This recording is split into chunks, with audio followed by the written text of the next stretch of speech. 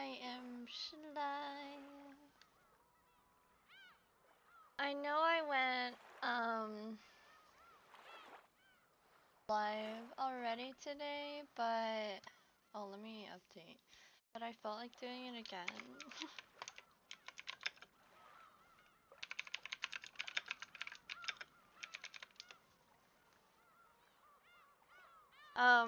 Sorry, I was just typing something. I felt like streaming again. So, here I am. Also, there are, oh my god, good morning, Waj. Waj and Always, hello. I mean, if you guys have primes and want to use them on me, you don't have to. But if you do, I have emotes now. I have 2 new emotes. 2 more are coming. They're just being approved, but I don't see why they wouldn't be approved. It's a love emote and a sleeper emote, so yeah. But yeah, if you want to use it, you can. But if not, also you totally. Oh, you can already use them. Okay, there we go. Yay! I'm so happy. So yeah, I'm so excited. So I'm just gonna be continuing Umineko. I'm thinking it's gonna start spicing up soon, like even more so. Even though it's already spicy, because we already have Beatrice. I will say I didn't want to spoil any future emotes, but there will be a Beatrice emote one day. I will say that it's on the way. So that'll be exciting. And I'm just so excited. But yeah, thank you guys for being here. I hope you're both having a good night. How are you guys? What's up? You gonna be back? Alright. You be back then. Have a good time in the meantime. How are you, Waj, if you're still here?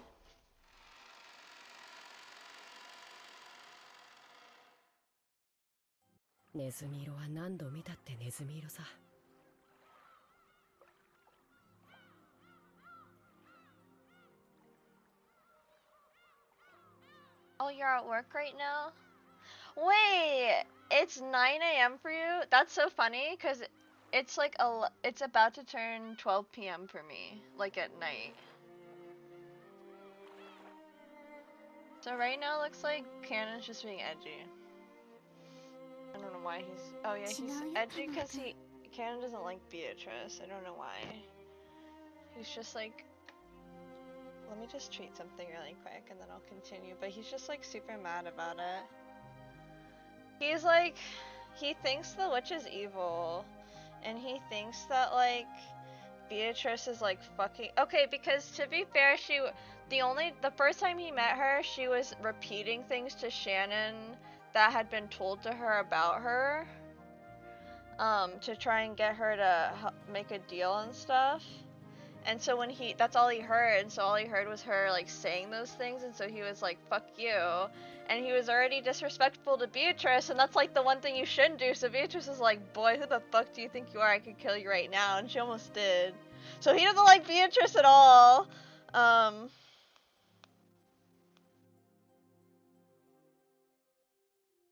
One second.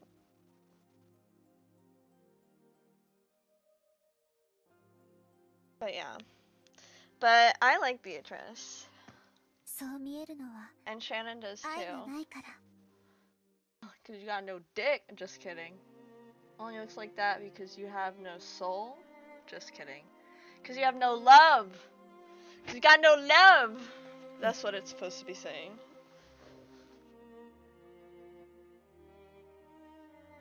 Because of the howling wind, he hadn't been able to catch the main point of what you just said. So Shannon said it once more. The single element of the world. She spoke once more of the world where it existed, where the sea was deep blue.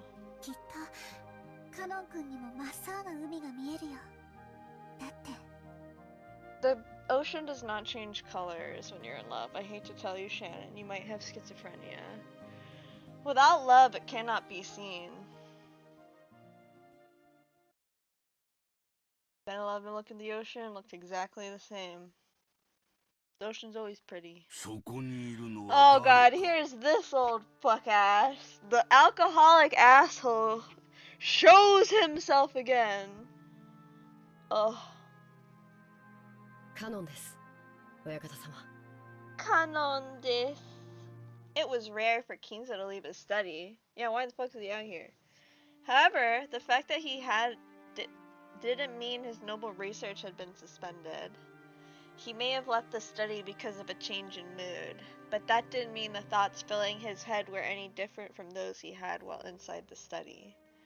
Kanon knew that no matter what the time, speaking to Kinzo when he didn't want to be spoken to would always disturb his research. 天気が重いな。崩れるのか。はい。天気予報ではいつ雨があってもおかしくないと。傘をお持ちいたしましょうか。それには及ばん。しばらく私を放っておくがいい。息子たちに聞かれても所在は知らぬと言っておけ。私は自らの思考を巡る旅で忙しい。Yeah, is this what every deadbeat tells themselves? I'm busy on a journey through my own thoughts. My thoughts of stupidity. かしこまりました。それでは失礼いたします。Before Kanon finished bowing, Kinzo had already returned to his own world, having forgotten about Kanon's presence completely. And once again, he began rambling to himself.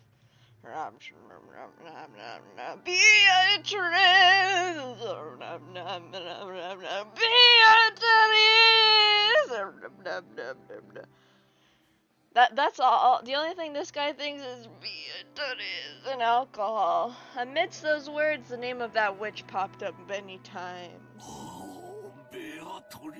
Oh, here we go. Bitch, you're the one who trapped her here. Why would she ever smile for you? Stupid dumbass.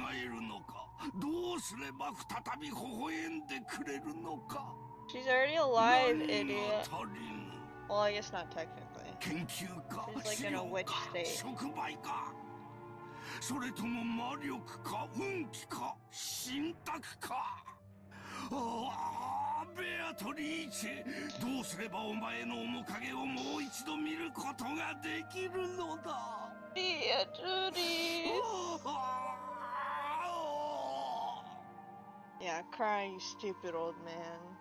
As Kanon listened to his master's weeping voice with his back turned, he turned around just once. When he did, right behind his isolated old master was the shadow of the person who shouldn't have been there.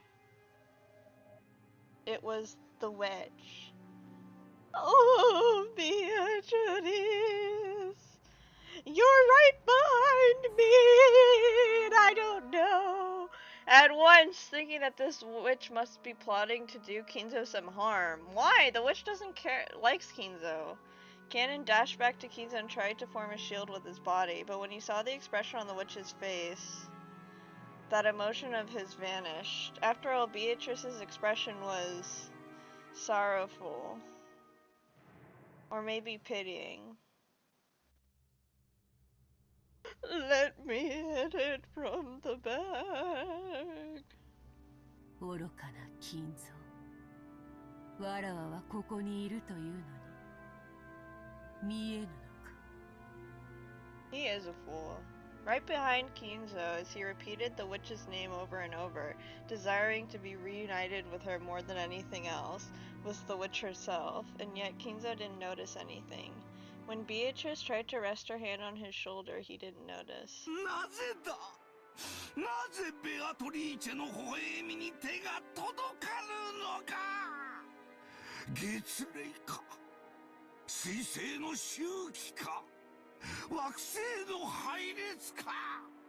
何が足りぬのだ。何が。Because you drank too much, stupid asshole. 無駄よ、金蔵。愛がなければ見えない。 Oh, he's got no love. That's what you get for being a fucking deadbeat. You don't get to see your yeah, that's fucking right. If you weren't such a shit dad, you'd be able to see the bitch you want to see so bad. Damn. That's what he fucking did. Good job on this game for doing that. Cannon took the brooch he had received from Shannon out of his pocket. By learning something new, would he become able to glimpse something he couldn't see now? 愛がなければ見えない。 He looked at Keenza's back once more. The witch could no longer be seen there.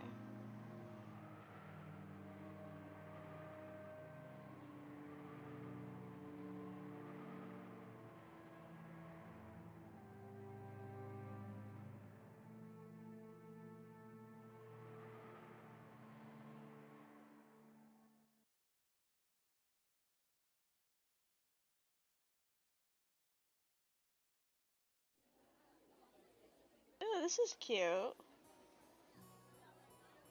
The biggest fall event for the Ushiromiya family was the family conference in October. But to Jessica, there was another major event that came before that, the school cultural festival. Jessica liked school. To her, it was a place where she could let out the stress she'd built up from the rigid lifestyle she was forced to lead at home. For today's cultural festival, she formed a group with her friends and had announced they'd perform some light music on a temporary stage. She had prepared and practiced for this over and over until today, always anxiously awaiting this day's arrival. But there was one thing that worried her. She looked at the clock. There was still a little time, but she felt uneasy. Would that person really come? After taking a single deep breath, her heart jumped when all her friends started speaking all in shrill voices. 嘘！ひなの彼氏超イケてんじゃん！マジすごくない？マジすごくない？リンの彼氏すっごい頭良さそう。あれでド S メガネなの？マジ本当？ダメダメ。うちの旦那ギャル男だし。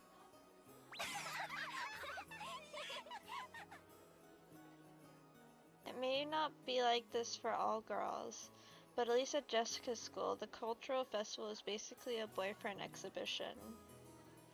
Jessica didn't have a boyfriend. She had many friends of the opposite sex, but no special only one. Me too, girl. But Jessica was a little famous around the school, and everyone thought it'd be natural for her to have a fitting partner. Furthermore, her pride had led her to pretend that this was true. She'd somehow managed to keep them all fooled until this year, but for various reasons, she hadn't been able to escape this year's cultural festival. ジェシー、彼氏来た？ Oh, look at her outfit! It's so cute! Aww. いや、まだ来てねえみてえだぜ。仕事忙しいのかな？ Yeah, she reminds me of me too. I was thinking that, but I want to wait till I finish all of Umineko before kinning, because we don't know all about her yet. But so far, I noticed similarities for sure. Like, there's been times, especially in the first chapter, where I would say something and then I'll click, and then she'll literally say exactly what I just said, and I'm like, yeah, yeah, that's me. ジェシーの彼氏どんな人なの？せめてヒントだけでも出してよ。何系？何系？何系？すごいよね。社会人なんでしょ？すっごいかね。スーツとかで来る？もちろんメガネかけてるよね。かけて。I messed it up. I tried to mimic too much and I got tripped up on my own words. ねえ、でも本当はいないんだよね。今素直に白状したら私の仲間に入れてあげるって。一緒にこの文化祭を涙で濡らそうよ。 Let's cry together. Oh wait, I forgot she read that. いやいやいや、いるいるいる、本当にいるって。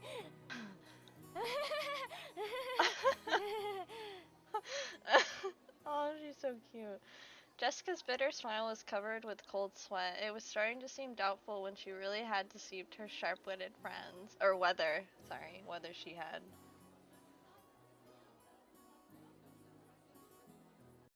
はい、なら彼氏さんの偽物を立てて連れて行くというのはどうでしょうか。Oh, I hope she takes Cannon because she has a crush on him, and we get a really cute scene because he's the edge boy and he finally opens up with her. Wah! 誰をそんなのの心当たりねえぜ。 Shannon's ridiculous plan surprised Jessica into hysterics. Even so, it was probably more realistic than the crazy methods running through her head about getting a boyfriend in a big rush before the cultural festival. 例えばですが、カノン君なんてどうでしょ And Cannon-kun is played by Satoshi-kun's voice actor.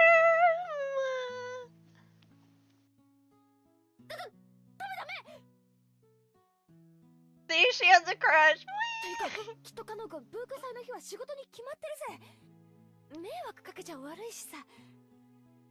う。もちろん予定表も確認済みです。カノン君はその日お休みになっています。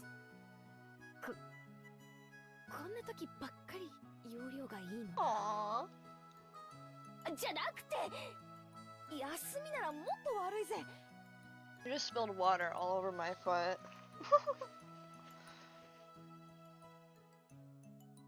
Wet. I cleaned it up. せっかくの休みを私の見栄のために引っ張り出せないよ。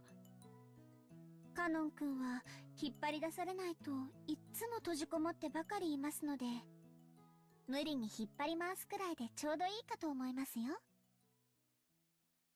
そうなの？ Oh, this is so でも cute. カノン君に悪い。なら晩作つきますね。おとなしく彼氏はいませんと白状なされてはいかがで。それは肩身の狭い思いをなされる。 Oh my God. 卒業までの短くも長い間 What を the 大し fuck, 恋人同士にとって独り者のひがみ顔が何に Oh も my 勝る甘い God. 蜜なのです。 Bitch, don't rub it in, bitch. シャノン、私のために本気で悩んでないでしょ。おちょくってるでしょ。 Jessica wrestled about with Shannon, her eyes teary, but Shannon was unfazed, laughing with her usual smile. はい。私とジョージ様のことを茶化してばかりのお嬢様への仕返しです。 Listening to Shannon's comeback, the likes of which didn't happen even once a year, Jessica hugged her cushion and rolled around on her bed, pretending to faint in agony. She couldn't stand Shannon's smile, which looked so triumphant, but right now she was the only person Jessica could talk with. She could choke her to death with her cushion later. いいじゃないですか、お嬢様。文化祭ではありますが、カノン君と一緒に遊びに行くチャンスですよ。いや、それはそうだけど。いや。 Jessica buried her head in her favorite pillow to hide the fact that her face had grown bright red. And she grumpily chewed the fingernail on her thumb. It really was a reaction to be appreciated. Jessica and Shannon were about the same age, of the same sex, and friends. And they were both right in the middle of puberty. They could never talk enough about love. That's why they could talk freely about these topics to each other. So Jessica had heard a lot about how Shannon and George's love was progressing, and Shannon had heard a lot about what type Jessica liked and what kind of man she might be interested in. Judging by Jessica's reaction, it'd probably be rude for us to go precisely into what these things were. However, the story won't get anywhere if we just have Jessica rolling around forever, so let's dive in. Jessica had been thinking about Cannon ever since he'd shown up. It was extremely rare for young men to visit Rokandima, so maybe it was natural for Jessica, a girl in puberty, to develop an interest in Cannon. But if anyone said that, it would destroy the romantic ideals of a maiden's pure heart and love at first sight. Shannon had been with Cannon for a long time at the orphanage, so she'd known him long before they started working. So Jessica had asked persistently about what his hobbies were, what his favorite food was, what type of girl he liked. Even to Shannon, it was clear that Jessica was infatuated with Cannon. もうカノン君をデートに連れ出せるいい機会じゃありませんか。でもカノン君にだって好きな人とかいるかもしれないし、私なんかの見えっ張りに付き合わせたら気を悪くするぜ。お嬢様のような素直じゃない方を、何でしたっけ、ジョージ様に習いました。そうそう、ツンドラとか言うそうですよ。Tsundere. あと十数年かすると流行るんだそうですよ。へえ、さすがジョージ兄さんだな。未来のトレンドがわかるのかよ。すげえぜ。じゃなくってことは、私ってタイプは時代がずれてるってことじゃねえかよ。もうダメだ。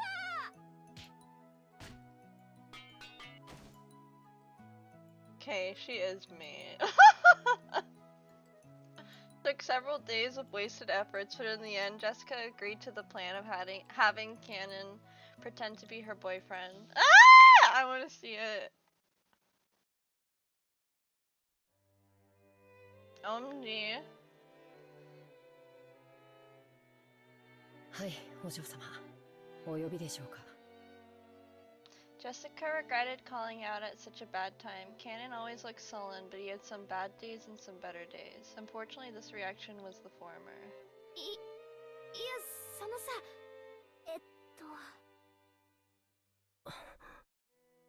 All that confidence and effort she built up practicing in front of a mirror all night was wiped out in about 5 seconds. Aww. Jessica turned bright red and hung her head.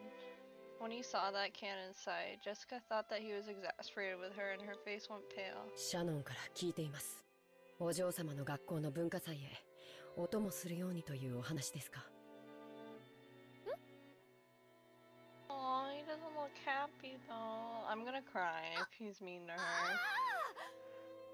Oh my god, I can already feel it. I can feel myself about to cry if this goes badly. Cause oh my god, I can't take this rejection. I've faced this rejection too many times myself. シャノンナイスじゃなくて、そうなんだけど、当日の予定はどうかな。シャノンから当日は特にお嬢様にお仕えするよう、僕は高校には行ったことがないのでわかりませんが、何でも男性の付き人がいないと大変肩身が狭い場だとか、後ろ宮本家令嬢が庶民に劣ることがあってはならないと、特にシャノンは後でぶっ殺す。Jessica kept yelling with a strange voice and broken smile like a tea kettle filled with boiling water. As Cannon watched this, he sighed again. Cannon wasn't an idiot either. He fully understood what Jessica intended by inviting him. But to be honest, playing along with Jessica's love game seemed like it'd be... Oh, I'm gonna cry! Why? Like it'd be nothing more than an annoyance to him. However, Shannon had asked him over and over. I'm gonna cry! Why does it take that much just to convince you to take a chance? He was deeply indebted to her, so he couldn't refuse. And that brooch was in his pocket. Could this strange turn of events been brought about by the magic power residing in this brooch? Ridiculous. But he remembered what Shannon had said to him that day. Could Shannon see something he couldn't? I don't understand Shannon's feelings. We are furniture. As if we could ever become anything more. It was truly odd exchange between Jessica, who was still rambling on in a strange voice, and Cannon, who sighed deeply.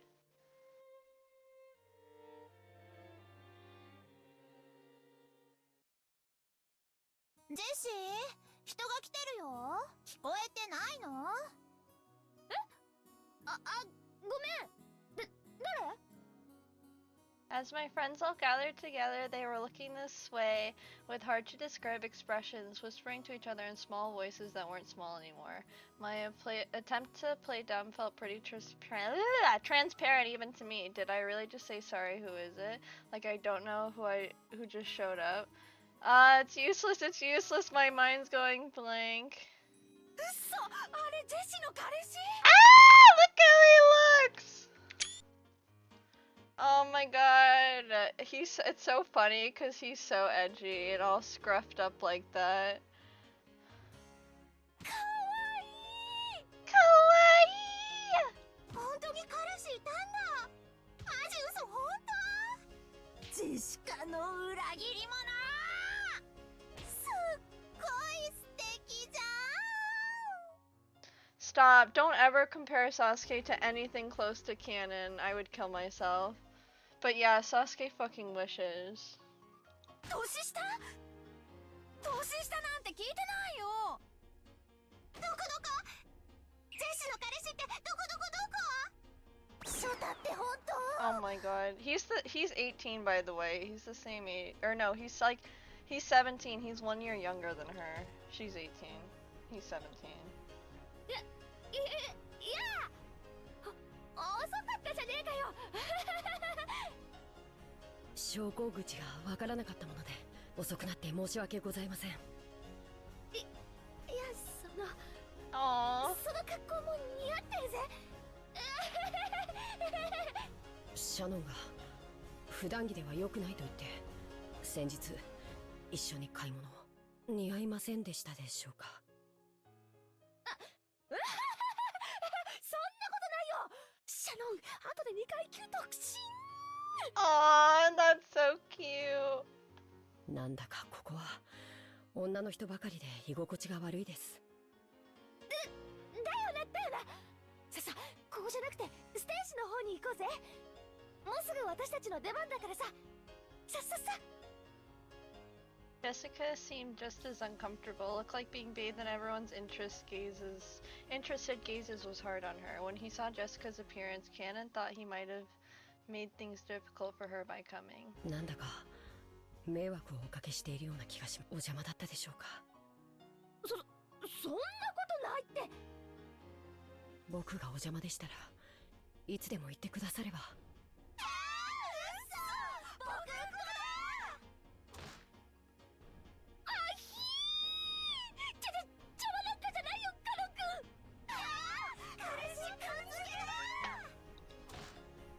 僕はどうしていればいいでしょうか、お嬢様。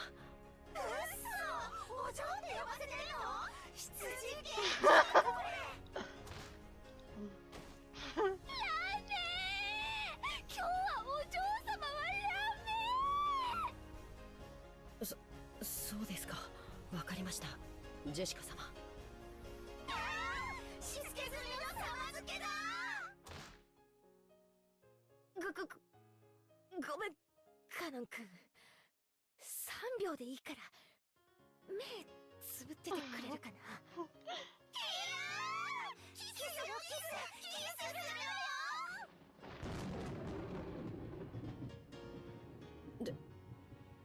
ではつまります。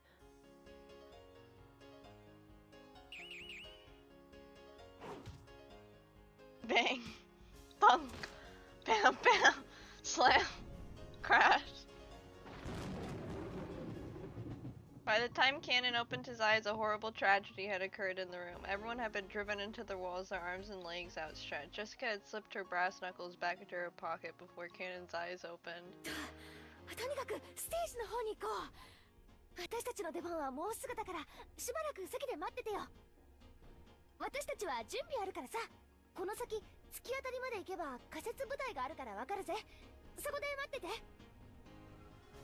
He pushed Cannon's back as he seemed to be having trouble moving himself and cheesed him out. Even though Cannon was confused by Jessica's attitude and her panicky state, which he'd never seen before, he followed her instructions and headed in the direction she had indicated.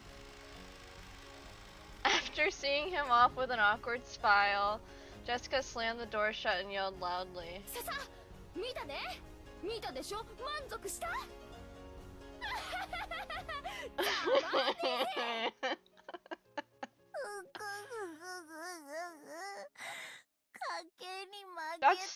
It's kind of mean that they betted over if she lied about having a boyfriend or not. That makes me sad. 絶対ジェシに彼氏なんかいないと思ってたのに。彼氏じゃないんでしょ。使用人へのパワハラでしょ。ジェシの彼氏素敵だお。いやかましいぜ。ほらほら、準備。When Jessica took the brass knuckles out of her pocket again, everyone energetically returned to their tasks.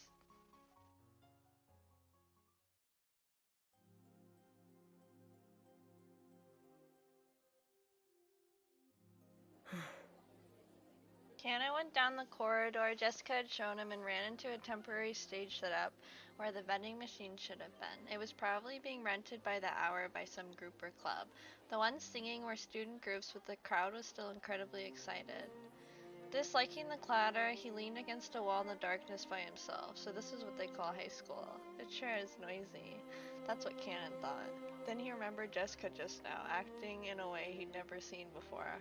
Honestly, she was in such high spirits that alcohol might have been involved. To him, remaining composed and intellectual at all times was the highest virtue. In that sense, it was very hard for Cannon to get used to the atmosphere of a school festival. He had a responsibility to report everything he saw and heard to the master.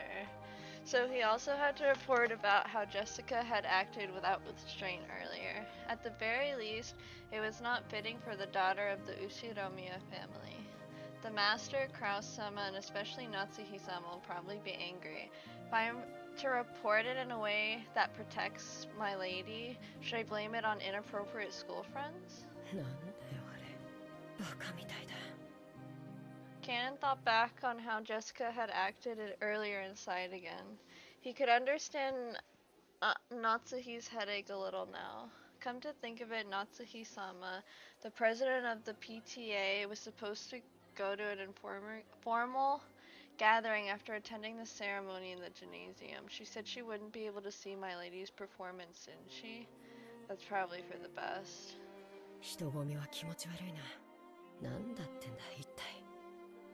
Several female students kept glancing at me. Seems they're all whispering the same things Milady's school friends said, and it's truly unpleasant.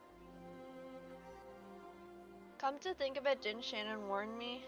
If you walk alone at something like a school festival, you better watch out, because lots of strange people will come and talk to you. お一人ですか? Just as expected, a group of girls I'd never met started talking to me. Their stares started to make my back tingle. Didn't she tell me some magic words that could chase them off in times like this? すみません、連れがいますので。そうですか。ごめんなさい。Ah, it worked. Instant reaction. Well, they got rid of him, but it hasn't really changed the number of people staring at me. 違うよ。あの子だよ、ジェシーの彼氏。嘘？あの子が？信じらんないよね。絶対にエアだと思ってたよ。可愛いじゃん。年下？いいなぁ。There's no way I'll ever come to a place like this again. Cannon sighed for about the zillionth time that day. When he did, the lighting changed and the standing audience started cheering. He looked around and realized that there was suddenly a large group of people there, and unlike earlier, they were mostly guys. With this huge crowd, he couldn't even see the stage. Fortunately, there was a fallen beer case nearby, so he tried using that as a footstool. When he did, he realized there was now a new group on the stage. Their leader is my lady. She's changed into stage clothes and she's even holding a guitar. I didn't know she could play. Then again, maybe she can play. I've seen her practicing air guitar before. Natsuhi-sama wouldn't approve of any hobbies outside of study. Maybe she was always practicing in secret. Come to think of it, she's been returning really late from school recently, hasn't she? Maybe she's been practicing at school far away from Natsuhi-sama's prying eyes.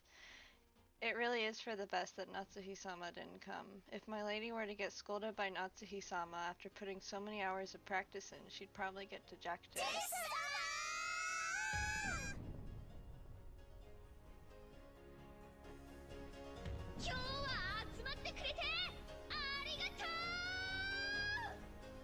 I could hear Jessica-sama's forceful voice through the speakers.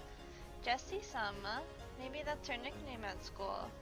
The students in the audience kept calling out that name. I'm a little offended by that crude name. It's appropriate for Milady. Aw. Jessica Sama was in high spirits that they kept shouting Jessie-sama. Everyone here was probably a fan. Her mic performance picked up on that and electrified them even more. It was almost like a music program on TV. At first he thought this was all silly, but that feeling had turned into appreciation. It was incredible in its own way. Cannon never listened to music of his own free will, but he'd often heard the kind of music the Uchiromiya family liked. Since it was almost all classical, Cannon had naturally taken a liking to that kind of music. So to Cannon, the song Jessica sang was, how should you say it, extremely colorful. In any case, if Natsuhi-sama heard it, she'd probably faint. Oh my god, the old sprites and stuff.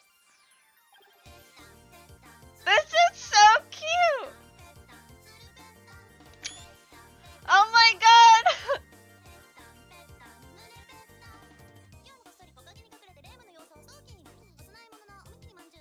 I love this!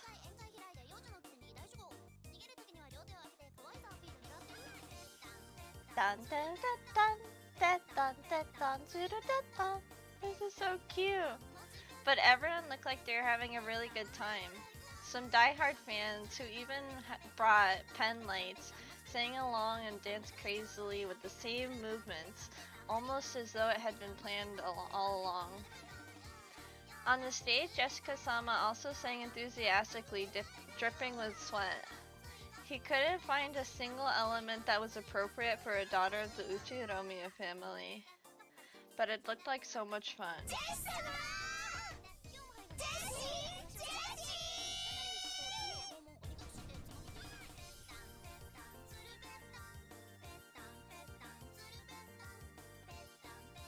What? Why are they talking about Higurashi out of... Wait, is that what this song is about? Again today behind me the sound of footsteps, so Yashiro-sama is stalking me. Curses, disappearance, and sacrifices, torture. Onikakushi doesn't that make a good snack? This is all about Higurashi. Don't say Marisa. Maybe that was a song. I must not go along with it, but at any rate, my lady is full of life and looked like she's having a great time. As I watched my lady enjoying herself, I thought, could this be the Uchiromiya's Jessica's true nature? Don't I know better than anyone? During her life on Rokkenjima, she's had no choice but to kill her sense of self. So the time she spends, not as my lady successor to the Uchiromiya family, but as a single girl called Jessica, living life to the fullest, must be very important to her. I work close to my lady, seeing her in all seasons, and I thought I knew everything about her, but that was all limited to one side of her, my lady of Rokkenjima.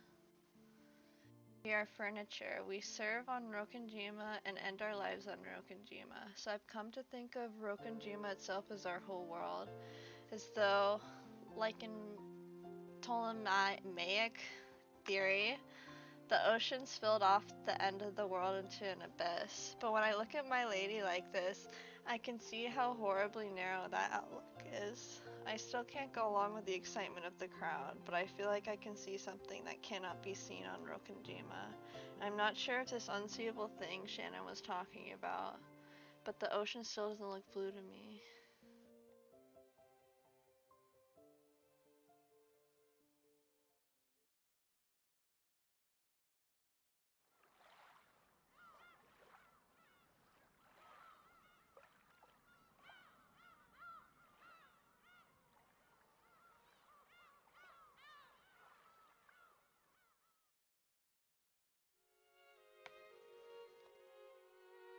今日はジェシカの学校の文化祭だったな。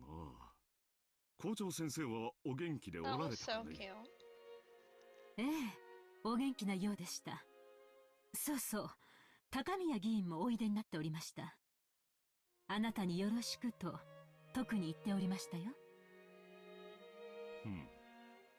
相変わらずご多忙そうかね。そのようでした。あの方も精力的な方です。そうそう、あと榎本会長もおいででしたっけ。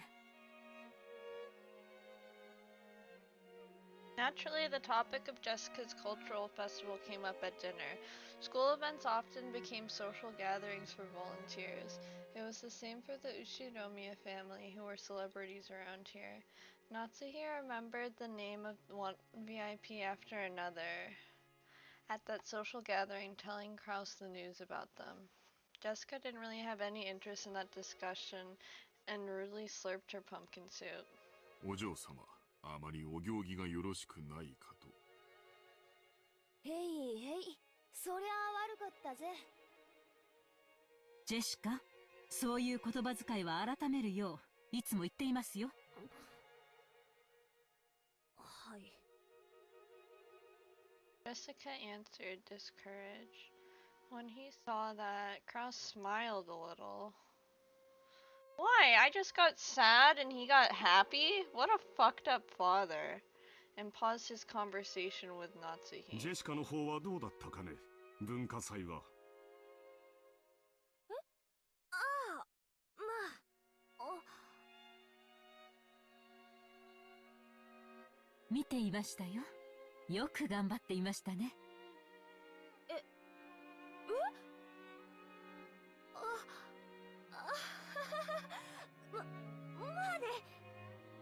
Jessica's face turned bright red. She probably hadn't imagined that Natsuhi would actually come to see her on stage. She felt a mix of happiness and embarrassment. Actually, she hadn't really wanted her mother to watch since she didn't want to be told that her music was inappropriate for the Ushinomiya family. But it certainly did make her unhappy to hear a parent say she'd done a good job after watching her try her best. ジェシカもなかなか落ち着きと貫禄が出てきましたね。生徒代表にふさわしい振る舞いでしたよ。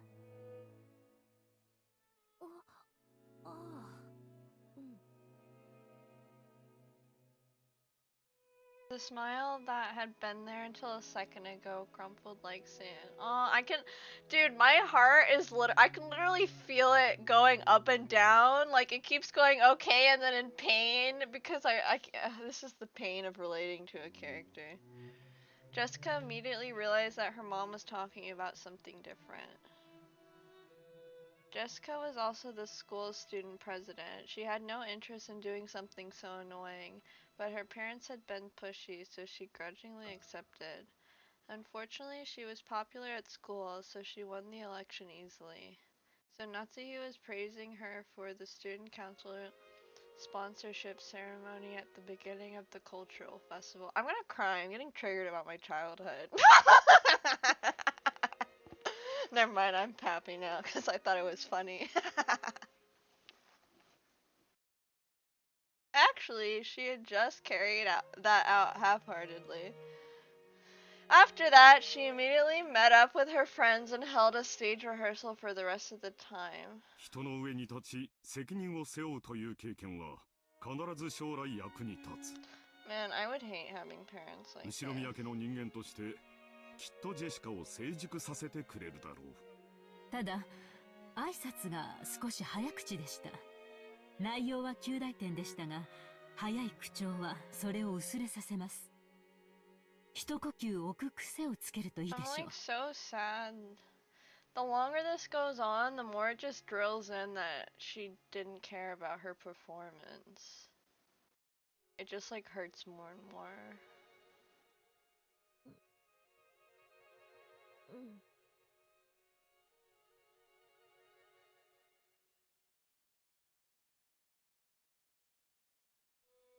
After she finished eating, Jessica didn't feel like going straight to her room. Her room was basically the place her parents had ordered her to be, so perhaps for Jessica, instead of returning to her own room, being in an unknown location in this large mansion was a meager form of resistance.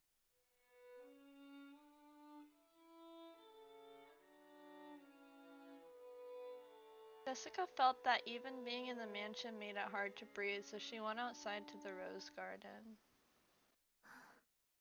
まあ、来たところでどうせ後宮家の跡継ぎとしてふさわしくないとかなんとか言うんだろうぜ。ならこれでいいんじゃねえかよ。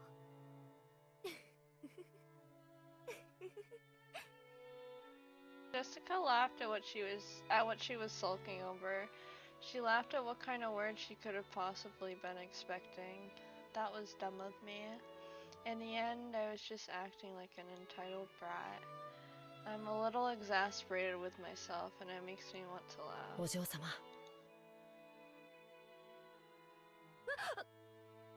カノン君か。驚かすなよ。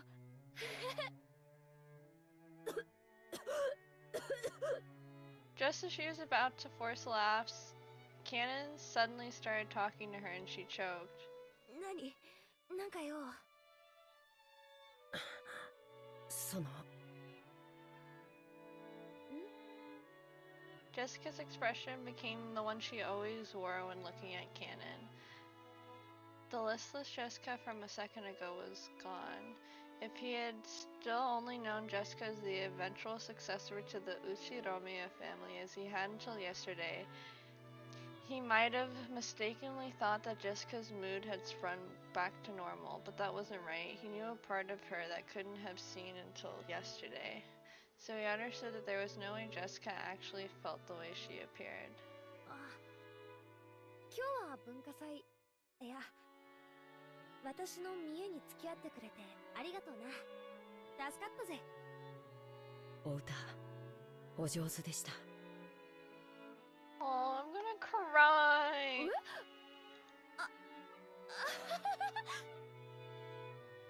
そうかよ。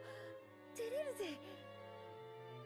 Even though she had heard the words she most wanted to hear, Jessica acted shyly and couldn't accept them openly. 僕には歌は歌えません。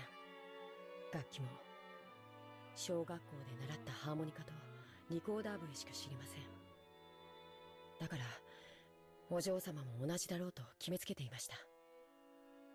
At the time, Cannon had never felt as though he'd been looking down on Jessica in this way, but all the people he'd seen playing special instruments were on the other side of the brain tubes in the TV. O'Brien, whoops. At the very least, he'd been under the impression that it'd be impossible for Jessica. 僕は家具だから歌を歌う必要も楽器を扱う必要もないと信じてきました。But I'm not sure anymore. カノン君、その家具だからって口癖、使用人の心得ってやつだろ。使用人は生きた家具であれって源氏さんがよく口にしてるもんな。心得というわけでは本当に家具ですし。福音の家の子たちがいろいろじいさまから援助をもらってるってのは知ってるし、それに恩義を感じてるのも知ってるよ。でもだからって家具なんて言い方はあんまりだぜ。私たちは同じ人間じゃないかよ。Yeah, that's what I think. カノン君は私が歌ってるのを見てどう思った？とても楽しそうに見えました。それは多分違うぜ。え？楽しそうに見えたんじゃ、羨ましかったんじゃない？そんなことは。Cannon probably hadn't noticed that emotion himself. Most likely, Cannon saw something he'd never seen before, learned about it for the first time, and felt envious. And to trick himself out of that emotion, he called himself furniture over and over.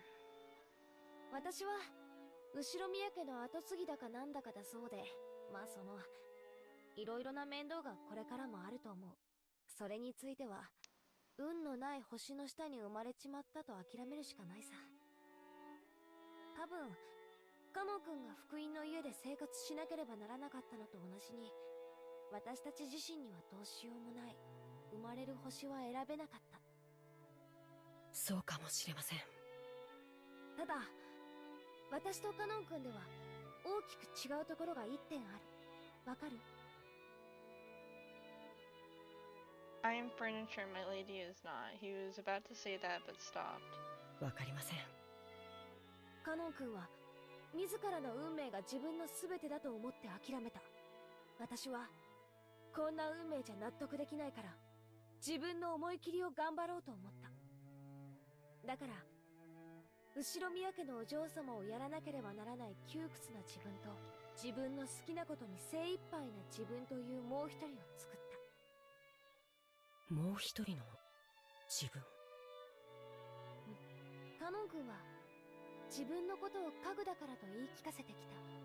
そう言い聞かせなきゃならない辛いことが、それについては本当に気の毒だと思う。でもそれだけでカノン君の人生を全て決めちゃうなんて、私はそんなの悲しいと思うんだよ。人はさ、自分の中に自分が本当に好きになれるもう一人の自分をいつでも作り出すことができるんだよ。現実逃避とかとは違うぜ。そのもう一人の自分でいるとき、私は最高に生きているって実感できる。だから普段の日常がどんなに窮屈で退屈でも、私はきっと窒息せずに生きていけるってわけ。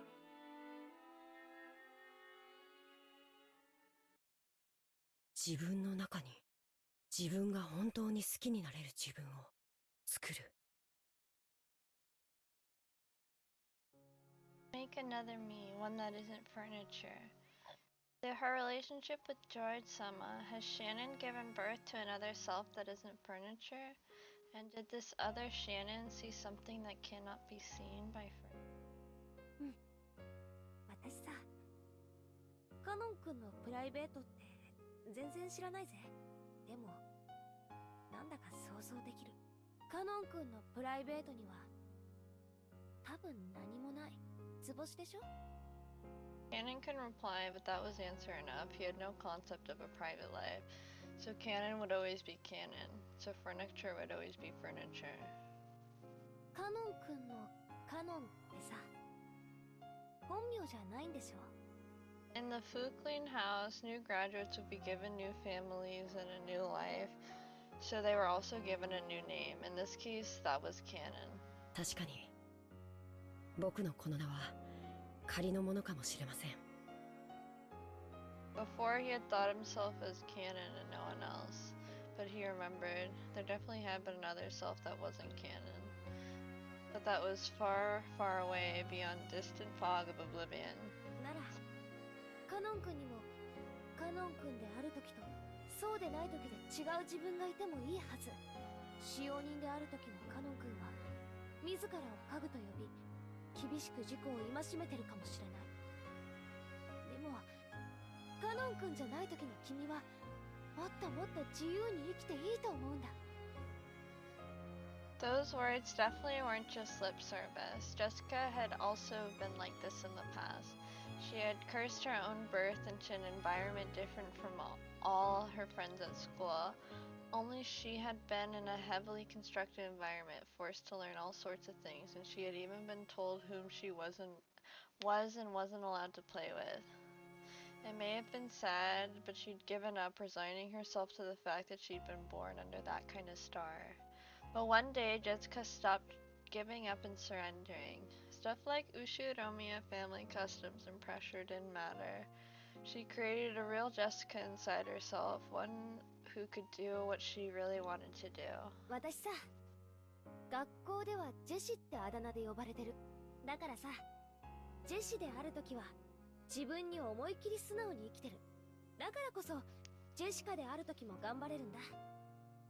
カノン君にもカノンじゃなくて、その本名であるときでカノンじゃないとき、自分を好きになれる自分になってみてもいいんじゃないかな。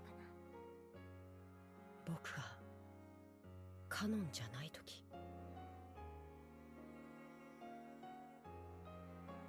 He thought of his real name being completely meaningless. But because of that, he thought that Cannon summed up everything about them. And now Jessica was telling him to create something new, another self that wasn't Cannon. カノン君、嫌じゃなきゃ教えてよ。本当の名前なんていうの？ Why is her voice so low?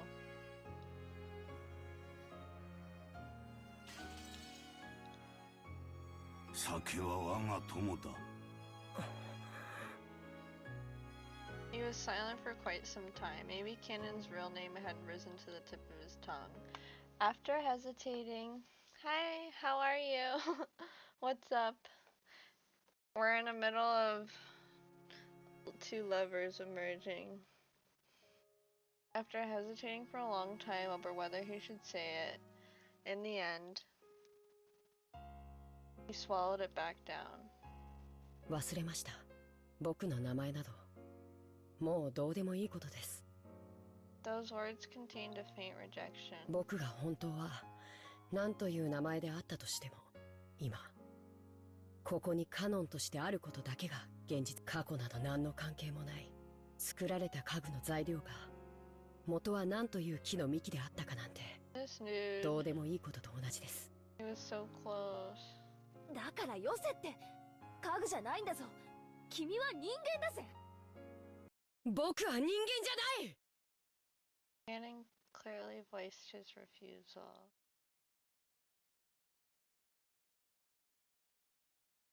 Yeah, I'm like shocked. I like feel sad for Jessica. Jessica couldn't say anything back and was struck silent.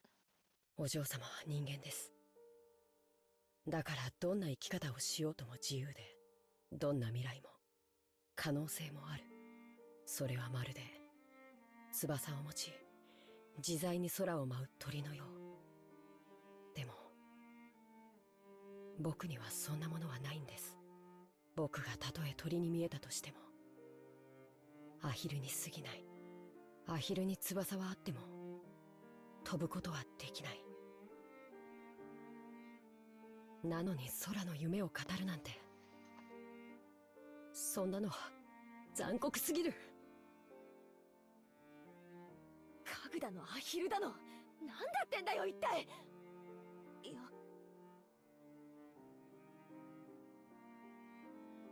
Jessica had unconsciously gone along with Cannon's forceful manner of speaking, but she realized she shouldn't fire back and swallowed her words. 私は君のことを何も知らない。生い立ちも知らないし、その苦労も知らない。だから君がどうして自分を家具だなんて言い出すようになったのか想像もつかん。でも知って、君は家具でもアヒルでもない。ちゃんとした人間だぜ。使用人としてのカノン君が家具だと言うならそれでもいいよ。でもならカノン君は家具でない時の人間の時の自分を作ってもいいとは思わない？そんな可能性を抱けるのは僕はそうじゃない。僕には未来も可能性も見るべき夢もない。だからお嬢様、それ以上残酷なことを言わないでください。なんでだよ、なんでそんなことを言うんだよ。お嬢様が僕のことをご自分と同じ人間だと勘違いなされているようだからです。僕とお嬢様は違う存在。それをはっきり申し上げておきたかったのです。シャノンに聞きました。お嬢様は僕のことをお気に入りになられているとか。 Oh my god, don't just flat out reject her like this. You already just yelled at her. I'm gonna cry, I can't deal with this. Oh no. Dude, I've literally had this happen to me too. いや僕は人間に限りなく近い姿をしています。だからシャノンのように自分を人間だと錯覚して一時恋愛の真似事をすることもできるかもしれない。でもそれは自分を騙しているに違いない。いえ、お嬢様を騙すことにもなるのです。シャノンとジョージ様も必ず破綻する。その日が訪れることをシャノンだって理解しているだろうに。バカなことを。バカだってことはないだろ。そりゃジョージ兄さんは立派な人だし、両親の期待も背負ってる。確かに結婚とかになればエヴァおばさんがいろいろと口出しをしてくるだろうし、まあでもな、ジョージ兄さんはそんなのに屈する人じゃねえ。シャノンをジュリエットになんかしねえぜ。きっと幸せにしてくれる。 Period. 人は家具と恋などできない。お嬢様が家具を愛することができても僕にお嬢様を愛することができないと。そう。Those words of Cannon's crushed all of Jessica's bitter feelings from that day. There was no way her emotions could have predicted that she'd been refused so bluntly. In an instant, she lost the willpower that had led her to try and unravel something stubborn in Cannon's heart. And before she knew it, she was just standing there in shock. お嬢様が僕を好かれているという気持ちが、僕の思い上がりによるものなら、どうかお許しください。いや、まあそこは否定しねえぜ。ありがとうございます。え？僕を人間だと思ってくれてありがとうございます。そのお気持ちだけで僕は本当に嬉しいです。そしてそれ以上は僕には残酷すぎるから。いや、もう十分だぜ。悪かったな。Jessica recklessly scratched at her head and spoke, trying to force her voice to sound bright. 私一人がいろいろ先走っちゃって迷惑かけたよ。No, I'm crying because she's crying now. 正直ごめん。貴重な休みを丸一日振り回しちゃって。いえ、僕も楽しそうなお嬢様が見られて嬉しかったです。じゃあ今夜はこれで終わりにしようぜ。私も部屋に戻って消灯しないとまた母さんに怒られちまうよ。そうされた方がよろしいでしょう。おやすみなさいませ、お嬢様。うん、おやすみ。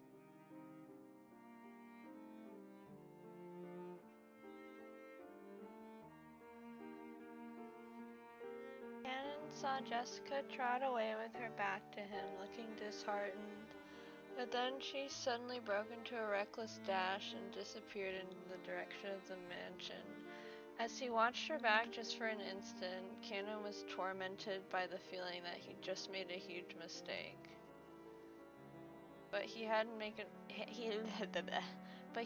a mistake at all. He'd been forced to refuse her now for her sake, while the pain was still at its smallest. 女を泣かせるとはなかなかやるではないか。お前がそこまで拒絶するとは意外であった。普通に受け答えしていれば、わらわの魔法で二組目の恋人たちが生まれていたものを。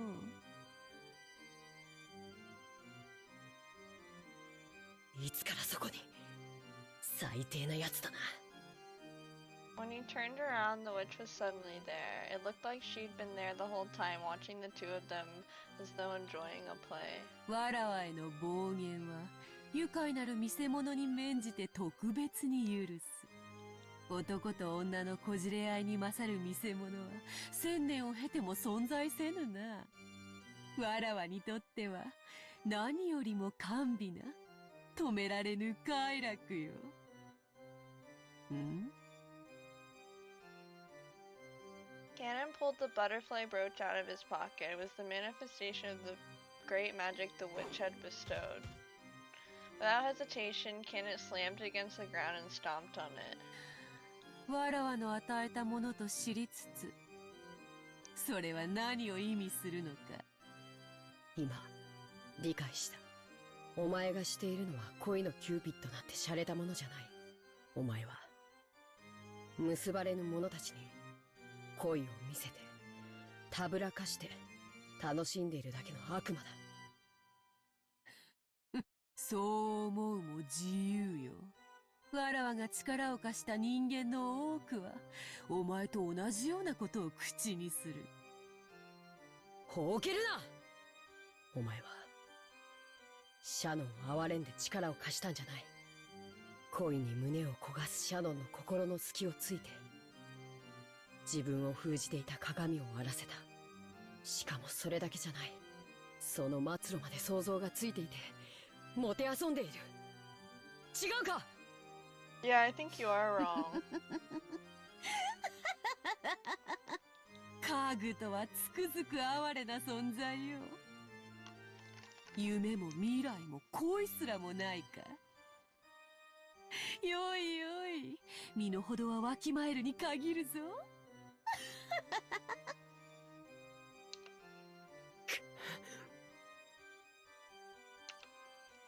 ジェシカの心にはお前が察する通り淡い恋心があった。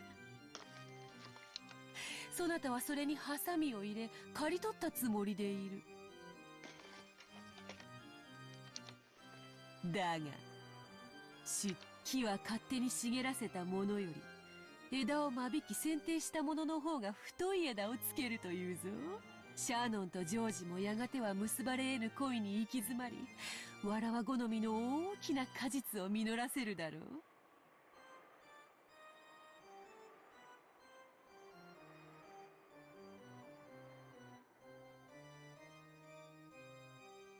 しかしいかんせんあの二人はうまくいきすぎていて面白くなくてな。そこへ行くとお前たちは大いにわらわを楽しませてくれそうだぞ。The witch laughed. Even though she had known the two could never be together, she had lent magic to bring them together. However, they couldn't escape the fate that prevented them from ever truly being joined. The witch knew that.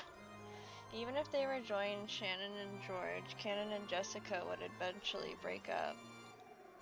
They would wander through an endless desert of this hell of love, tormented by an eternal わらわ thirst. がその力を対価なく貸すことがあるとでも？恋に手は貸そう。その対価はやがて必ず訪れる二人への過酷な運命の鑑賞料としていただくわけよ。これに勝る見せ物は1000年経っても存在せぬ。金蔵を見るがいい。恋の味を知り楽園を追放された哀れな老いぼれの末路を、死んでも死にきれぬさながら亡者のような生き様を見るがい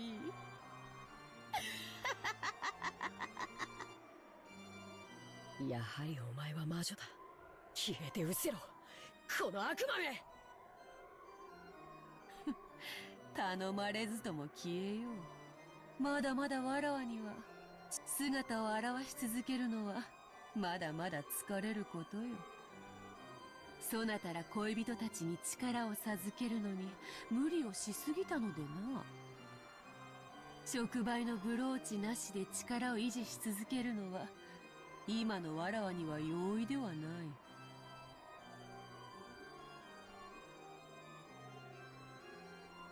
Cannon ground his foot even more into the stomp brooch. He felt it break under his foot. Then it evaporated like water and changed into butterflies that sparkled like gold, fluttering out beneath Cannon's foot.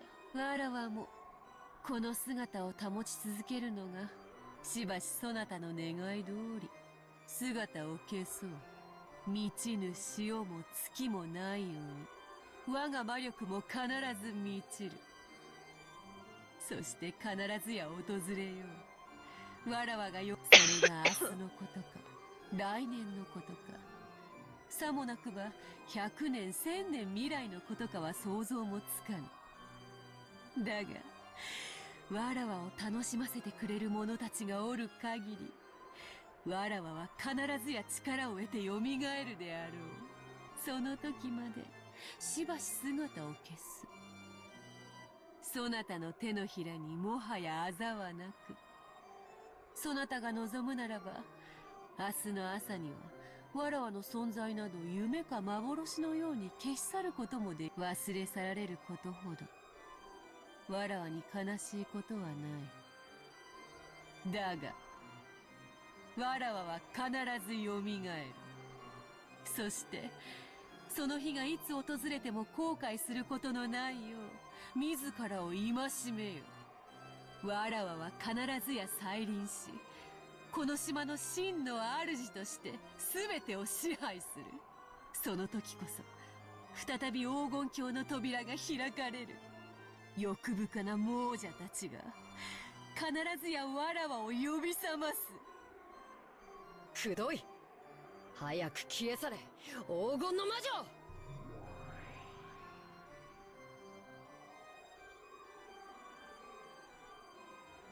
The witch became a cloud of gold butterflies and scattered away, leaving behind a scornful laugh. The whole area sparkled like a gold blizzard in a snow globe. It was a fleeting, fantastical scene that disappeared in a heartbeat.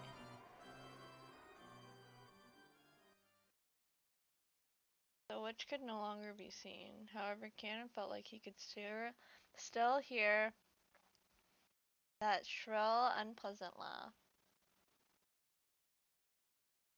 ああ、愉快愉快。なぜに久しぶりの人の世はこうも愉快なのか。恋に狂え、黄金に狂え、そのどちらにも狂わぬものなど人間にあらず。なるほど。故に家具とは言い得たり。家具は人間に奉仕するために生み出される。そしてわらわは退屈なる千年の慰み者として人間を虐げる。そのわらわが家具を支配できぬとは、なんとも愉快な三すくみ。金蔵め、実に面白いことをしてくれる。家具め、わらわを撃てるか試みてみるがいい。今宵まきたる恋の種は2つ。すでにまきたる種と含めてこれで3つ。 Wait a minute, 2 seeds of love. Oh, okay, yeah. They're talking about Ava and Hideyoshi. ベアトリーチェ、なぜに私を一人この苦界に置き去りにしたのか。私は憎い。これほどまでに恋焦がれているのに答えようとせぬお前を永遠に憎む。親方様、それ以上のお酒はお体に障ります。南條先生からもご注意を受けておられるのでは。黙れ源氏。お前には分からぬ。我が嘆きも苦しみも分からぬ。お前だけは我が苦しみを理解してくれていると、お前だけは我が最古の友人であると信じているのに、なぜに理解できないというのか。おー、ベアトリーチェ、なぜ私だけを置き去りに。Beatrice!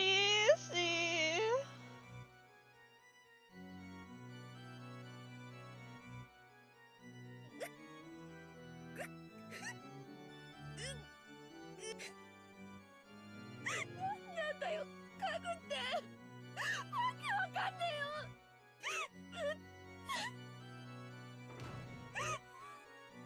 よ。おお、おいたわしやジェシカ様。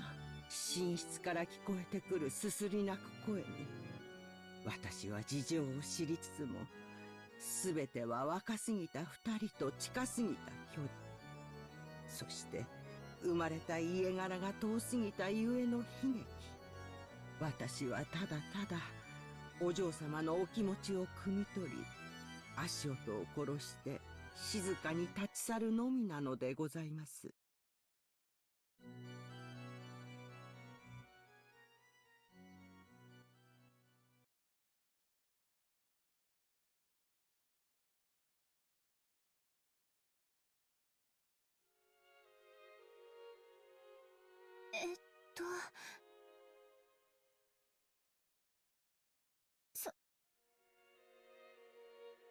それってどういう意味ですか、ジョージさん。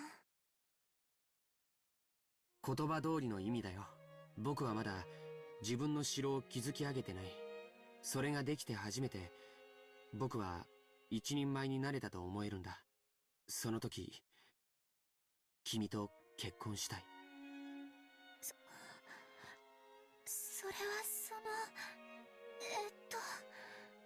でもそれじゃもう僕の心が許せないんだ。だから君に婚約指輪を贈りたい。婚約ですか。でも私家具ですし。そうだったね。じゃあ家具は人の言うことを聞かないとね。今君に贈るのにふさわしい指輪を作らせてる。多分今度の親族会議の日には持っていけると思う。その時に贈るからどうか君の返事を聞かせてほしいんだ。君が僕はその席でおじい様を含めた全ての親族の前で君との婚約を宣言する。ジョージさん。君と僕の仲をふさわしくないと咎める人たちはきっといる。でもそいつらの顔を見る必要はない。君はその瞳の中に僕だけを Oh my god. 満たしていればいい。Yeah, I don't like you, George, but alright, whatever. At least you're fighting for Shannon. You better not hurt her, whore. If you fucking hurt little Shannon, oh, you're dead. You're fucking 必ず幸 dead. せにする。 Yeah, that's not foreshadowing anything, Shirley. This is all gonna hit the fan. 絶対に約束するから。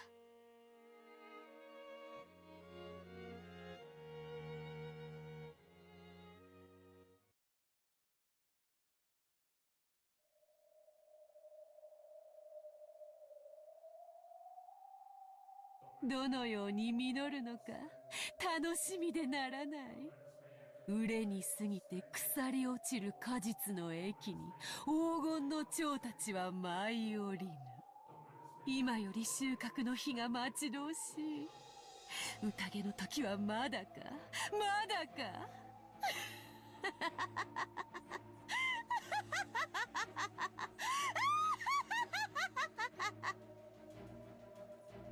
Oh, Beatrice. Oh, hi, Josh. Yeah. Unfortunately, two are still getting approved right now. But it's just the love and the sleeper emote, so I'm sure it'll get approved eventually. I don't see why they wouldn't. Oh, here we go, the first day. Surely this will go well. They had eaten breakfast at a coffee shop in the station building. By chance, the inside of the shop had been decorated with Halloween colors since it was October. Maria had seemed to be awfully pleased with that. For quite some time, she talked loudly inside the train about wanting to have a Halloween festival without caring that she was attracting the attention of others. Halloween is popular in Europe and America, but people aren't that familiar with it in Japan. The shopping district was colorfully decorated with orange pumpkins, but the costume parades of children demanding sweets and saying trick or treat were nowhere in sight. Halloween 祭りがしたい。こんなお洋服やだ。魔女の格好。Aww, she wants to be a witch for Halloween. 親族会議は遊びじゃないのよ。 Yeah, Rosa, I still haven't forgotten all the abuse you did to Maria, so yeah, don't be fooled by that fucking face. おじい様にお会いするんだから、ちゃんとしたお洋服じゃないとダメ。 Maybe she's learned, I don't know. Well, it wasn't completely full inside the train. It was really packed, with almost all the seats occupied by passengers. Maria was making a fuss among them. Sus. Stomping her feet on the seat while Rosa scowled at her. Rosa had warned her many times to lower her voice, but Maria hadn't obeyed her at all. Once Maria got like this, no matter how much she tried to explain the situation or calm her, she wouldn't listen. Before, Rosa used to pamper Maria and give in to her at times like this, but that had probably been a mistake. Surely Maria had gained the mistaken impression that throwing a tantrum long enough would make her mother give up and do what Maria said. But Rosa had realized that air with the help of an educational book, and since then she'd hardened the part of her heart that wanted to pamper her beloved daughter. Her mutual understanding with Maria began to grow weaker and weaker, and she began to get discouraged with her own powerlessness more and more often. ハロウィンお菓子をくれなきゃいたずらしちゃうぞ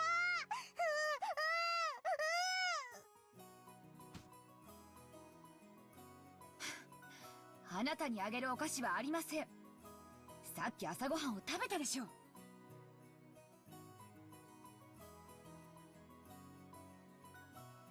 菓子をくれなきゃいたずらしちゃうお菓子をくれなきゃいたずらしちゃう Yeah, it definitely is.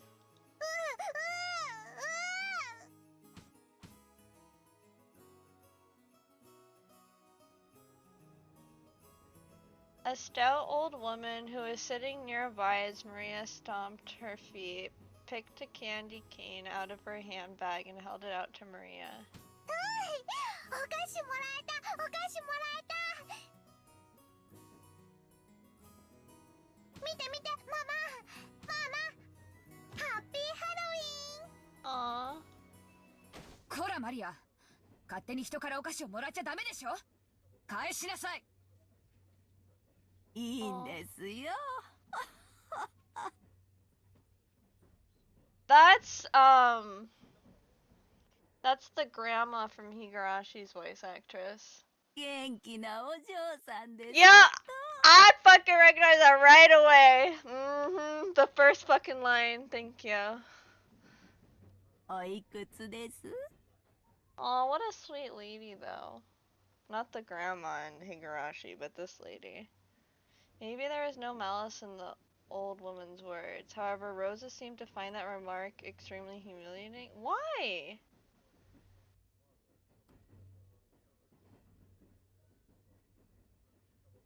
マリア、知らない人からお菓子をもらっちゃいけないっていつも言ってるでしょ。これはマリアがもらったのやだマリアの話しなさい。 Oh, well, it looks like she has not learned, is what I learned very ママ fast. の言うことを聞けっていつも言ってるでしょ。 Oh, jeez. I don't even want to, like, I don't even want to keep clicking through this. Like, I just know, it's just like, it doesn't matter if Maria's being a brat, like, I don't want to, like, I don't want to see this. I don't want to see a child be abused. Like, oh my god. Oh, this is so hard. Like, マリアの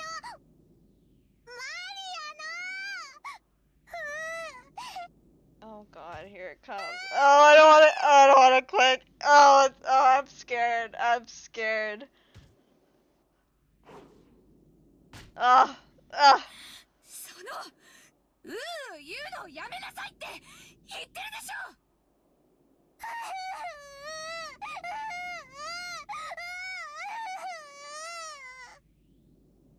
Ugh. Rosa reflexively hit Maria violently on her cheek. In a flash, Maria started crying loudly. Ugh, this poor thing. Rosa immediately took the the candy from Maria's hand and pushed it back towards the dumbfounded old woman sitting next to them. うちの子に勝手にお菓子を与えないでください。ごめんなさい。 Jeez. Breathing heavily, Rosa once again held the candy out to the old woman. After getting flustered about what she should say for a few moments, perhaps the old woman realized that her actions may have troubled this parent and child, and she accepted the candy back, apologizing.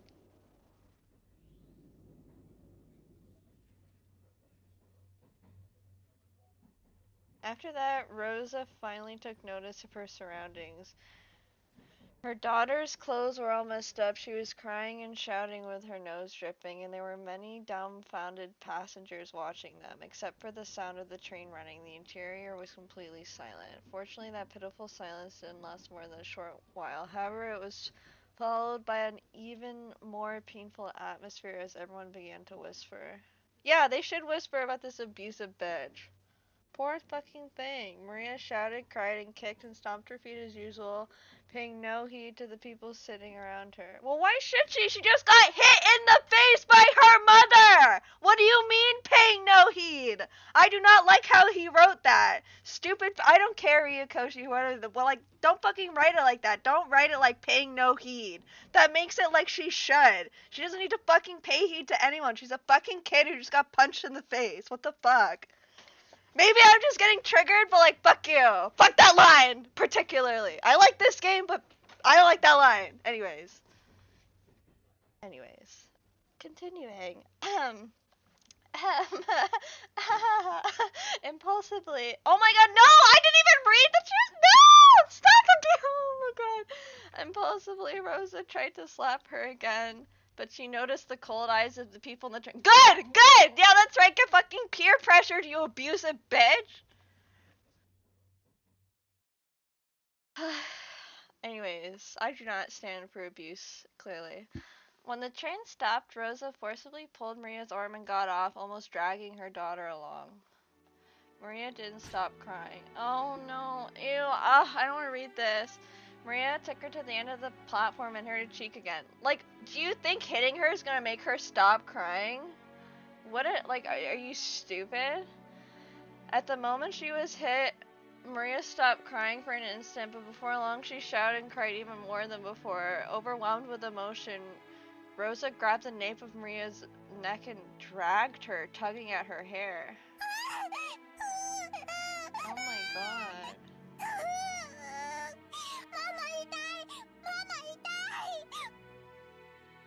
So sad. Like, this is supposed to be your mother.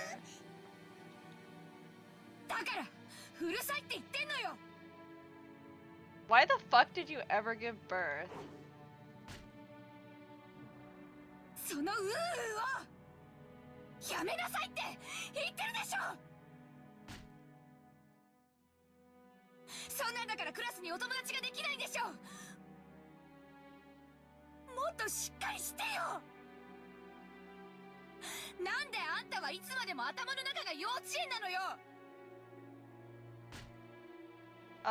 Probably because that's when you started abusing her.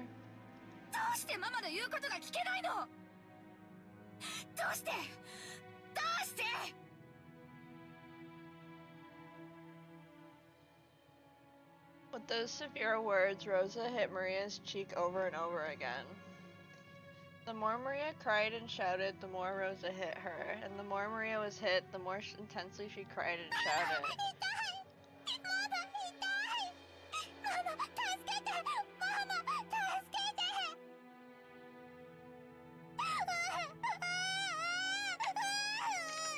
This is so heartbreaking.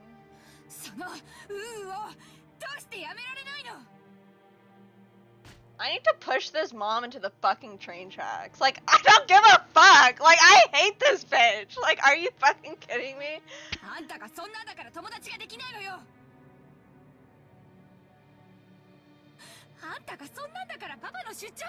No, Papa left because of you fucking whore! Who the fuck do you think you are? Bitch, shut the fuck up! Yeah, you resent her because your broke ass made someone else leave you? I don't know. I don't know your fucking backstory, but I don't care. I don't like you. I'm yelling a lot, I'm sorry. I'll keep it. Oh my god, it's like 1 AM, maybe I shouldn't yell. I'm gonna get evicted?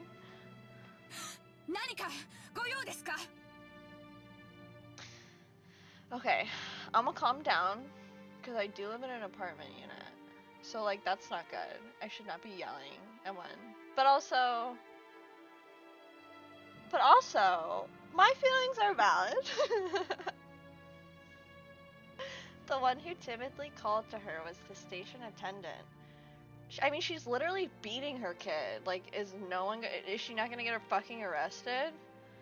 Or is this, like, before they had laws for it or whatever?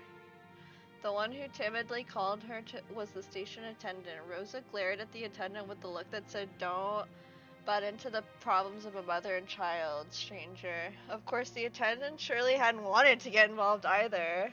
However, Rosa had been yelling on the platform for a much longer time than she had imagined. Her emotional scolding had let the passengers on the platform advise the attendant to call out to her. Rosa yelled at the attendant, saying not to worry anymore since they'd be getting on the next train, and then finally, or rather the second time, she noticed the passengers on the platform staring at her from a distance.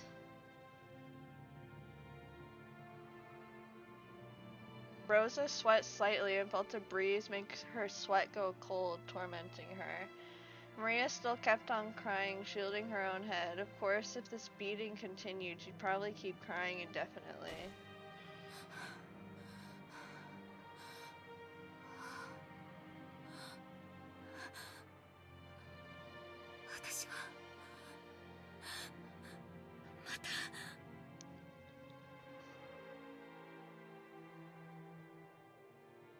As the terrible heat in Rosa's head faded, she knew she had surrendered her soul to evil again.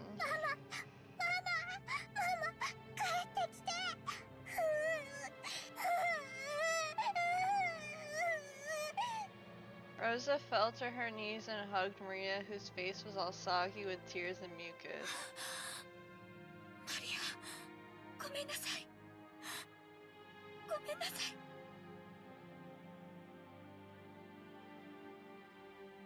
Jesus Christ.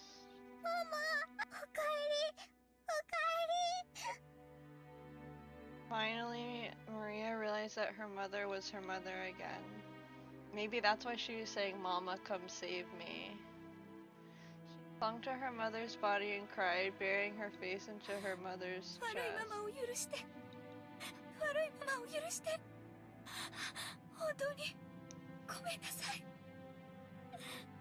Yeah, this is really fucked up. マリ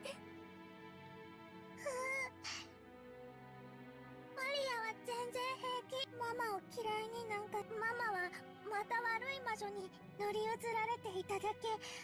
でもママが帰ってきたから平気。I have a bad feeling there's gonna be a time where she doesn't come back and just beats Maria to death. Like. 悪い魔女にママはまた乗り移られていたの。ごめんね。本当にごめんね。For a long time, sorry, the two of them hugged each other, asking for and sharing words of forgiveness.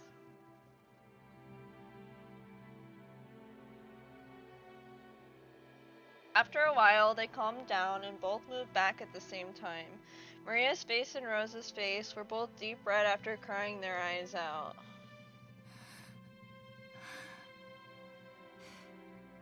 マリアはハロウィンのお祭りがしたいの？うん。ジョージお兄ちゃんやジェシカお姉ちゃんにかぼちゃマシュマロ見せてあげたかった。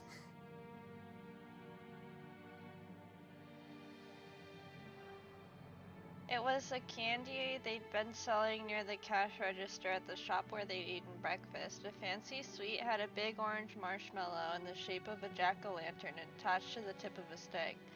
Maria had wanted it and had insistently pestered Rosa for it. Rosa had refused, saying there was no way she could buy sweets right after her breakfast. じゃあこの町に売っているかどうかわからないけど、降りて探してみようか。ママ大好き。愛してる。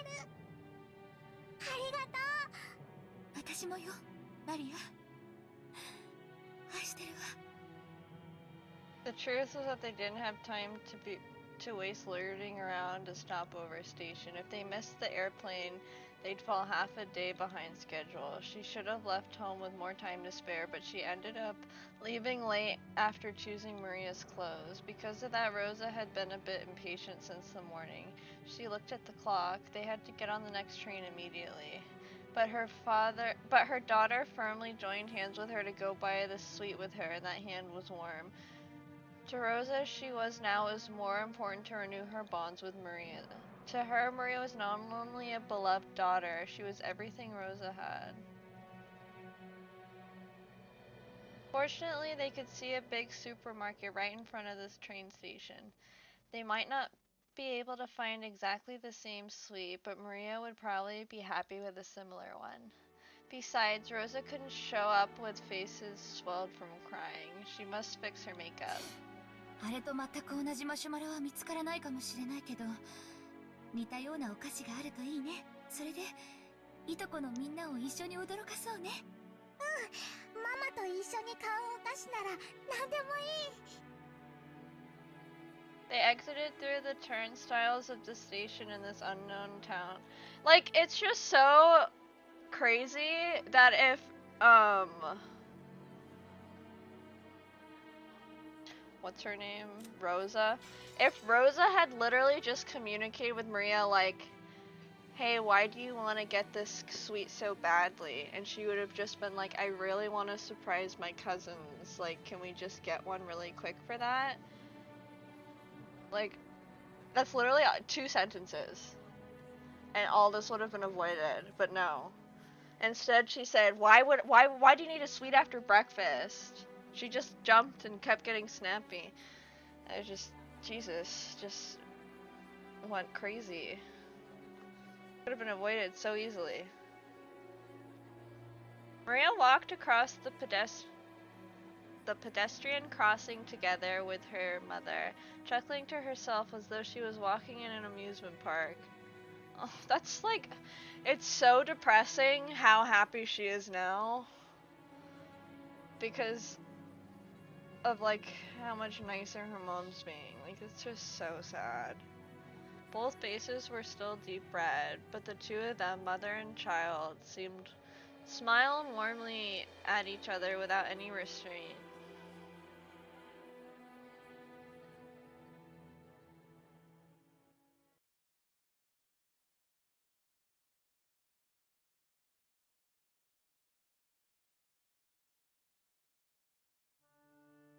Anata? こんなところでどうされたのですか？君か。何でもない。考え事をするのにここが少し心地よかっただけだ。今日の準備はすべて手配が終わっています。あとはお茶でも飲みながらくつろいで待とうではありませんか。すまん。君にいつも面倒なことをすべて押し付けている。どうか私をもっと頼ってはいただけませんか。私はあなたの妻です。無論君にはいつも助けられているし感謝もしている。だからこそ私は私の仕事に専念できる。分かっています。お仕事のこと、そしてお父様の遺産の話ですね。君には関係のないことだ。欲深な兄弟たちの腐肉のあさり合いに過ぎん。大丈夫です。あなた、すべてうまくいきます。あなたのお仕事がうまくいかなかったことはありません。Natsuhi softly cuddled close to Krause's shoulder. She complimented Krause on his hard work, but Natsuhi knew better than anyone that his work wasn't going well. Krause's project was something like a seesaw where a large amount of money swings. Big investments can lead to massive payoffs, but like large seesaws, they tend to shake a lot when moving very slowly instead of showing immediate results. At times, it's possible to make further investments so that the seesaw inclines faster towards the side you want. Of course, you'd only do that if you were confident you'd be able to recover all of your investments in the not-so-distant future. However, the seesaws Krause chose never turned out as he would have liked them to. His foresight wasn't wrong, but the times were moving sluggishly. They never managed to catch up with him. For example, think of a literal seesaw placed in a park. It's a really popular item, so there's always something playing on it.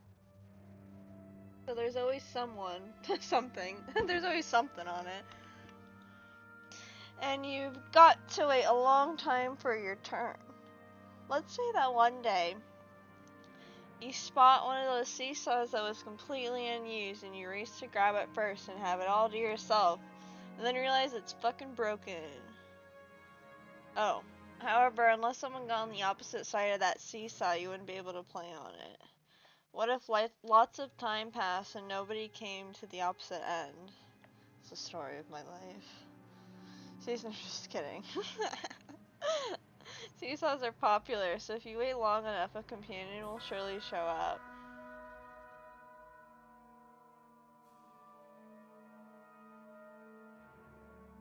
But Kraus noticed something. The weather's getting worse. So nobody's coming outside to play. But seesaws are so popular, so someone will surely come eventually. If he vacated his place because of the worsening weather, it would certainly be snatched away. And once again, he'd end up longingly gazing from a distance at someone else having fun on the seesaw. On one side of the seesaw, he continued to wait patiently, all alone. That was Klaus's project, his current situation. 私にもう少しの勇気と自分の先見性を信じる自信があればいつだって失敗はしなかった。ええ、そうです。あなたの先見性はいつも間違っていません。あなただけがお父様の才覚を受け継いだのです。他の兄弟たちが誰も受け継がなかった天性のものを受け継がれた。Yeah, he inherited a whole lot of shit 私はそれ too. を信じられず、いつも臆病に自らの事業を畳んできた。なぜ自分を信じることができないのか。自分を信じられない男を誰が信じる。I don't know, 誰 probably も信 lots. じない。私はいつも敗者の座るべき椅子に自ら座り、親父にもおふくろにも兄弟たちにも笑われる。私はいつになったらこのコンプレックスから解放されるのだ。いつになったら。 Maybe Kraus killed everyone.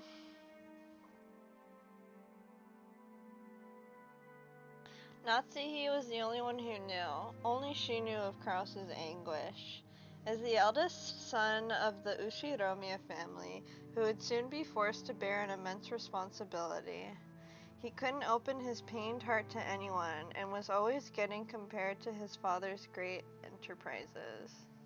あなたが親族会議に専念できるよう、すべての手配を済ませています。すべて。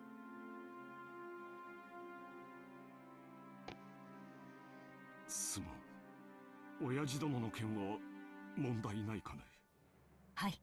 源氏と南條先生はあの強欲な兄弟たちを決してお父様には合わせません。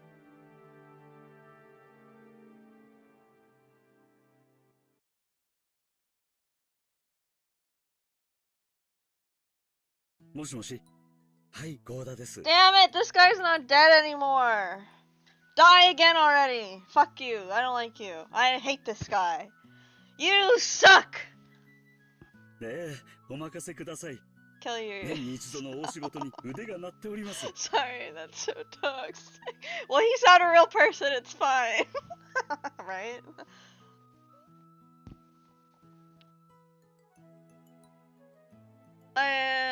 Okay, yeah. Blah, blah, blah. In the kitchen, multicolored ingredients were gathered and the preliminary arrangements were promptly being started. Even though it was still morning, the ingredients for dinner were already in saucepans and steaming. Normally, he had to deal with several assorted matters, but on the day of the family conference, he could devote himself entirely to the cooking. To Goda, who was originally a chef, this was surely the greatest gala occasion of the whole year. ええ、ディナーには子牛のステーキを。素晴らしい肉がすでに保冷庫で今夜を待ちわびておりますよ。まかないも今夜はぜひ期待してください。 Shut up. I hate you. It was rare for Goda to be this good in a mode towards his fellow servants. Goda bragged about being the Ushiromiya family's personal chef, and knowing he was considered worthy to display his excellent cooking at the family conference was his greatest honor. わかった。 I'm gonna save because it was lagging and I don't want it to crash. 任せるのでよろしく頼む。あと、熊沢がそちらにいないか。熊沢さんですか。先ほど見かけましたが、こちらにはおりません。Sure he dead? ゲストハウスの方へ準備に行かれたのではないでしょうか。I need to plug in my headset, sorry. また油を売っているのか。いや、結構だ。では引き続きよろしく頼む。ええ、万事このゴーダにお任せを。Don't leave anything to Goda. I hate him. Have I mentioned that? I don't think I have. Genji placed the telephone back on the receiver, saying lightly. Genji sighed once again, thinking of Kumasawa, who was probably hiding again even though things were this busy, and the ostentatious Goda, who only felt like doing anything on a day where he could show off. 失礼します。ゲストハウスの各お部屋の準備が整いました。お嬢様よりお子様方が泊まれるよう4人分の用意をするようにとのご指示を賜りましたが、いかがいたしましょう。今年は6年ぶりにバトラ様がお見えになるそうだ。お嬢様もいとこ4人で夜更かしをされたいのだろう。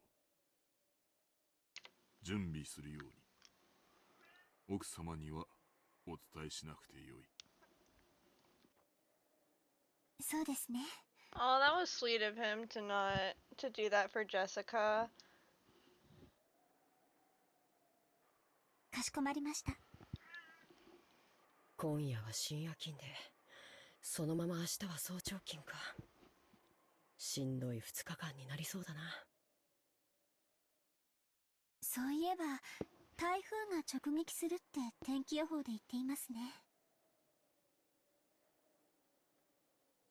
大丈夫でしょうか。台風がよほどそれない限り、場合によっては親族の皆様方のお帰りの船に響くだろう。親族会議の日程が月曜か火曜あたりまで長引くかもしれない。 Maybe Battler's gonna die because we're not him this time. Maybe it'll make him fucking believe that Beatrice is real, bitch. 長丁場になるだろうが、皆くれぐれも粗相のないように頼む。シャノンは焦らぬよう落ち着いて、カノンは愛想よくご挨拶をするように。はい、注意します。注意します。大切なお客様がお越しになられる日だ。くれぐれも粗相がないように。心得ています。いつだってここには大切なお客様しか訪れませんから。カノン、今日は本当の意味で大切なお客様を迎える。心構えを改めるように。はい。シャノン、どうした？さっきから何かそわそわしているようだが、何か時間の約束でもあるのか？いえ、何でも失礼いたしました。I don't think I proposed to already. 姉さん、今日は大切なお客様がお越しになる日なんだよ。プライベートとは切り離すようにね。プライベートなんか知りません。As Shannon blushed just a bit, she turned her gaze away from the clock. Was it about time for an airplane carrying the family to arrive at Nijima? She tried to hide the fact that her upcoming long-awaited reunion with was making her heart race, but Cannon, who stood beside her, seemed to see right through her. Everyone can see through her.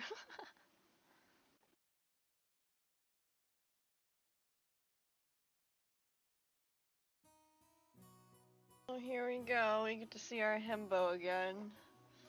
The dumbest man alive. シャノン、これを黙って受け取ってくれ。 Inside the bathroom stall, George was practicing something over and over. I was like, why is he proposing to her in a bathroom? And then I realized he's practicing. Hidden inside his pocket like a quick-drawn desert gunman. いや違うな。シャノンは牽引力のある男性が好きなんだ。Oh my god. Okay, wait, I'm gonna go get water. I'll be right back. Sorry.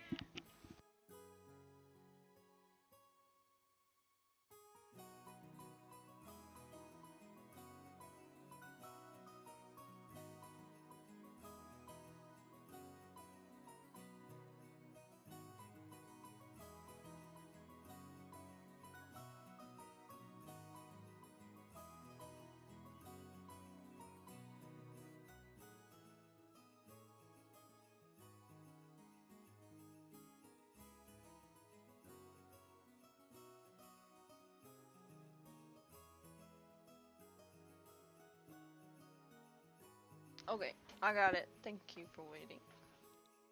もっと馬力がある感じじゃないとダメだ。 Oh, he has to pump it up with more horsepower, huh? What do you mean by that, George? これを薬指につけるんだ。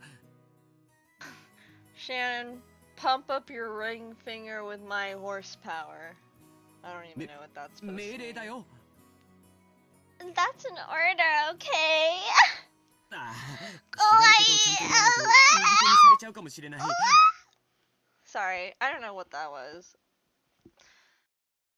I just hate this guy, so my brain short circuits. If I don't say it properly. いや、シャノンもそこまでかまととじゃないけど。ああ、でも少しは自由意志がないとなんだかその。Like I.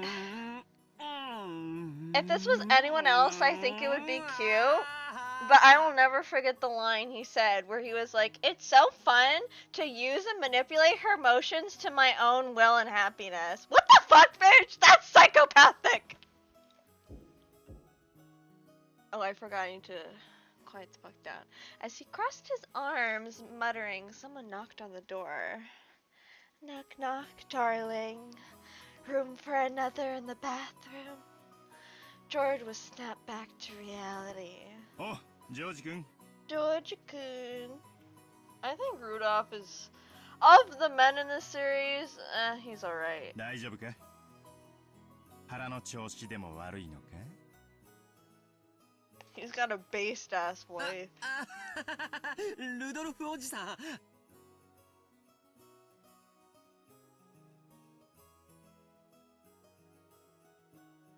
大丈夫です。平気です。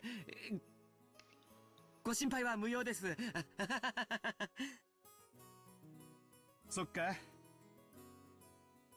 ならいいんだけどな。無理して力みすぎるなよ。尻が切れちまうぜ。Your ass will burst. Your ass will burst. What the fuck? Rudolph washed his hands, laughing cheerfully as he left. Yeah, he's definitely one of my favorite men in the series. George realized it because he's just so stupid. But he's a different kind of stupid from Battler. Like, Battler's just like drag your brain across the stand stupid, but like Rudolph's a different stupid. I don't know. I think you guys know what I mean. George, realizing that the most embarrassing part hadn't been overheard, felt relaxed and felt extremely relieved. キリエ、ローザはまだ来ないのか？まだよ。遅いわね。天候調整中だからいいようなものを。これで普段通りのダイヤだったらあいつ乗り遅れちまうぜ。そしたらどうする気なんだあいつ。ローザさんだっていい年の大人よ。なんとかするわ。兄って人はいくつになっても妹を子供扱いなのね。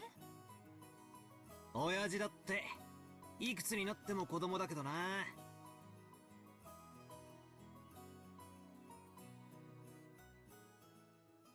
だと俺が子供ならおめえは赤ん坊じゃねえか。ほれほれ、バトラちゃん、高い高い。Oh, yeah, I like Rudolph is definitely like, I don't like older men like that, but if I had to pick an older man, I guess it would be him. But I don't like him like that. I'm just saying. Do you know what I mean? He has that kind of aura. He has that kind of energy. やめろ、くすぐってやめ。親子ってより悪ガキ仲間って感じね。ほら、いらしたわよ。おおおお。 I don't like you. 餃子さんやないか。マリアちゃん、久しぶりやの。久しぶり。マリア、お久しぶりです。でしょ？言ってごらん。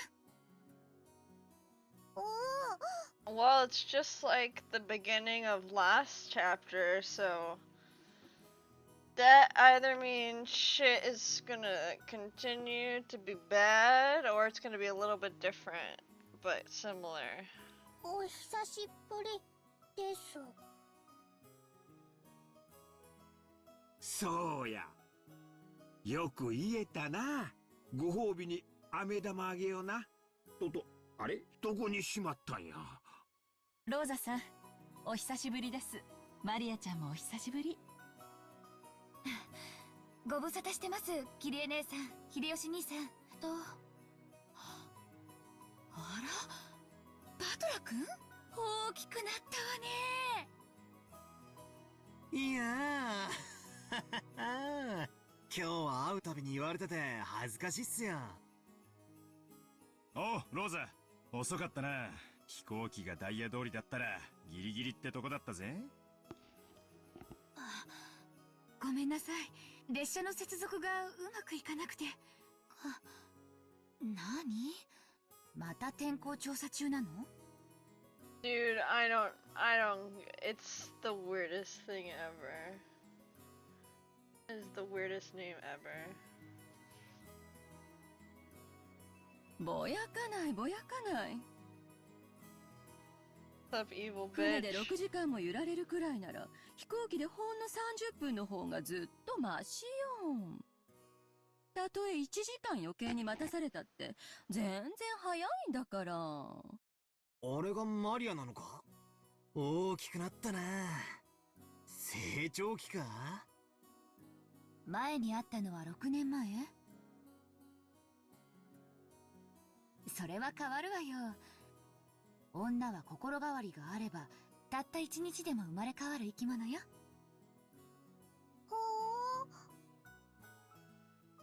Maria, noticing a big man she didn't recognize, mixed in among the relatives.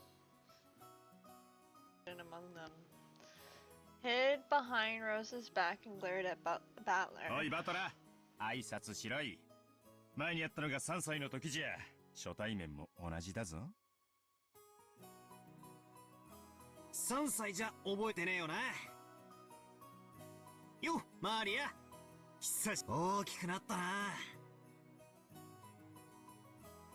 マリア、バトラお兄ちゃんよ。ルドルフおじさんの息子さん。わかる？おじさんの息子さんが、おじさんが息子さん。はあ？はーい。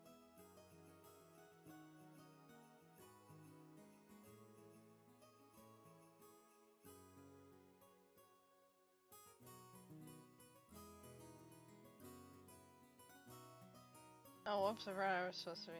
She obviously was on her guard. After all, it was hardly surprising that she'd be scared if a large guy like Battler was started speaking frankly to her. Battler noticed that as well and thought of various ways he might approach her. Then he spotted the candy she had in her hand. It was the jack-o'-lantern sweet Rosa had bought for her. そっか。10月だからハロウィンか。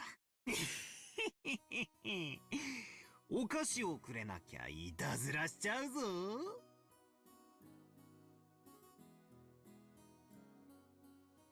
Normally, trying to snatch a sweet away from a small child will result in them crying and screaming. The adults seemed dubious about Battler's tactics, but Maria looked unexpectedly pleased, her face splitting into a wide grin. ハロウィン、ハロウィン。ほらママ、バトラもハロウィン知ってる。ほらほら。ほら、バトラお兄ちゃんと呼びなさい。ごめんね、バトラくん。いやいや、俺はバトラと呼んでくれ。俺もマリアって呼ぶからな。ほらマリア、ハロウィンだぞ。お菓子をくれなきゃいたずらしちゃうぞ。お菓子をくれなきゃいたずらしちゃうぞ。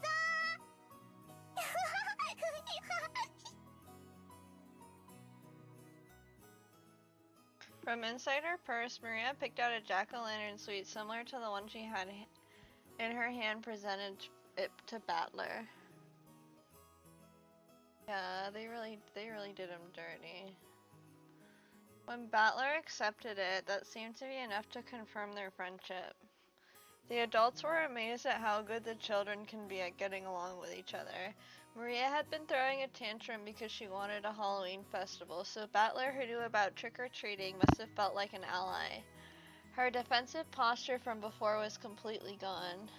Now she was all cheery as though they had been friends for decades. そうだな。日本じゃハロウィンってマイナーなイベントだよな。仮装行列で練り歩くなんて向こうのニュースではよく見るけど、日本じゃ見たことない。マリアも仮装したかった。仮装していとこみんなでお菓子をくれなきゃいたずらしちゃうぞってやりたかった。そっかそっか。今度俺と一緒にやろうな。マリアだったら何の仮装をして練り歩きたい？魔女。ベアトリーチェ。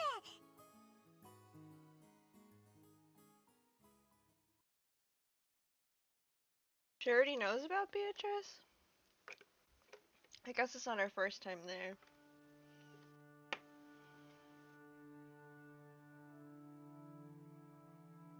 おや、お嬢様、こんなところに。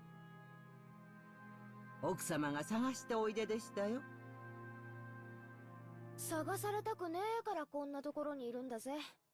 どうせみなりは大丈夫かとか、言葉遣いをちゃんとするようにとか、お小言が言いたいだけに違いないぜ。違いありません。私はさ、なぜか親族会議の日になるとこの魔女様が気になるんだよ。ほう、それはまたどうしてでございましょう。親族会議ってのはじい様に連なる全ての一族老頭が集まる日だ。今年は6年ぶりにバトラも来るそうじゃねえか。そんな感じでさ、何十年かぶりに今までずっと姿を現さなかった親族がひょっこりと現れるんじゃないかって。ほほう、そんな親族がおりますでしょうか。ベアトリーチェ様だよ。素性は誰も知らない。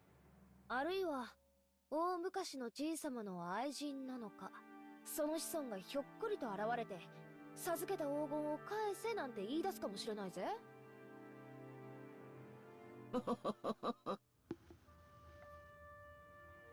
クラウス様たちは親方様の遺産問題で今年も議論されるでしょうから、こうも魔女の黄金の話で盛り上がっては、黄金を与えた魔女本人がそろそろおいでになってもおかしくありませんね。熊沢さんはさ、辞めたり勤めたりと忙しいけど、現実さん並みに昔からここに出入りしてるわけでしょ。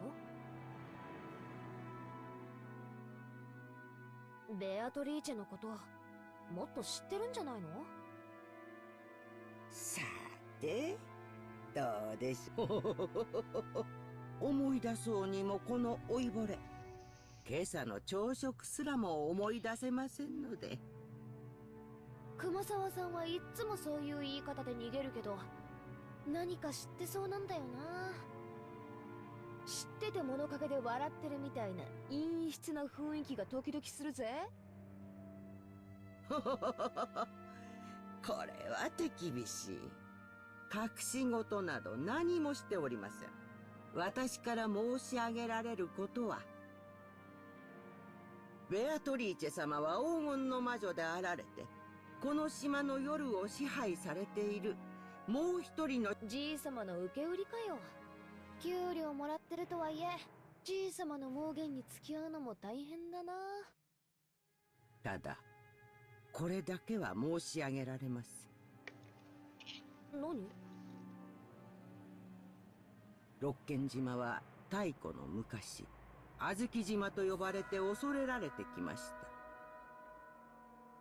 た。小豆は悪食がなまったものと言われ、本当は悪食島と呼ばれていたのだと漁民たちの間では伝えられておりました。前にも聞いたよ。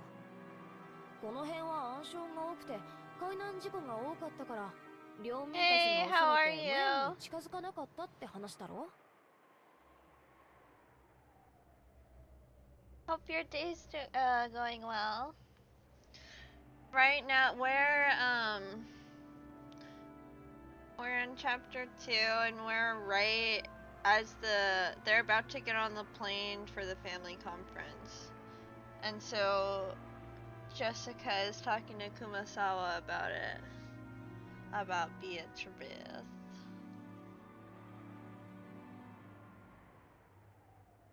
悪食島には悪霊が住み着いていて、太古の昔から人々の魂を喰らい続けてきました。この島に関わり、命を奪われた人間はあまりにも多いのです。So earlier in this, it was talking about how, okay, so like when Shannon broke the mirror, right? She broke the mirror, and Beatrice said that she broke the mirror to let out it let out stuff. It was supposed to be sealing stuff in there, but it wasn't meant to seal Beatrice. It just got in the way. So I wonder if those are the evil spirits that were sealed, is what Kumasawa is talking about right now. And so I wonder if the fucked up shit that's gonna happen this time is because of that, maybe, or I don't know. But maybe something, I don't know. それを旅の修験者だかなんだかが例の社を作って鎮魂したんで収まったってんじゃなかったっけ？うさんくせえ話だぜ。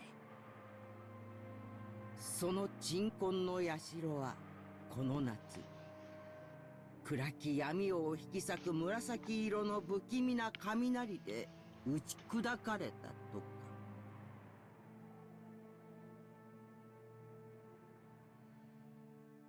熊沢さん、その話好きだな。確かに鎮魂の社が落雷でなくなっちまうなんて不気味だ。まあもともとオンボロだったしな。ちょっと高い波にでもさらわれたんじゃねえのかな。Surely. 眠りから目覚めた悪食島の悪霊がベアトリーチェ様を呼び寄せたのです。No, Beatrice was there before that, so that was stupid. もしベアトリーチェ様が親族会議に訪れられるようなことがあったなら、I mean, Kumasawa doesn't know anything about it, because I don't think Kumasawa has enough magical power to see Beatrice, so I don't think she knows, and this is just what she thinks, because I don't think this is, like, Beatrice is always around. I don't know what you mean if she happens to pay a visit. She's gonna be watching. あったならKumasawa fell silent for a moment.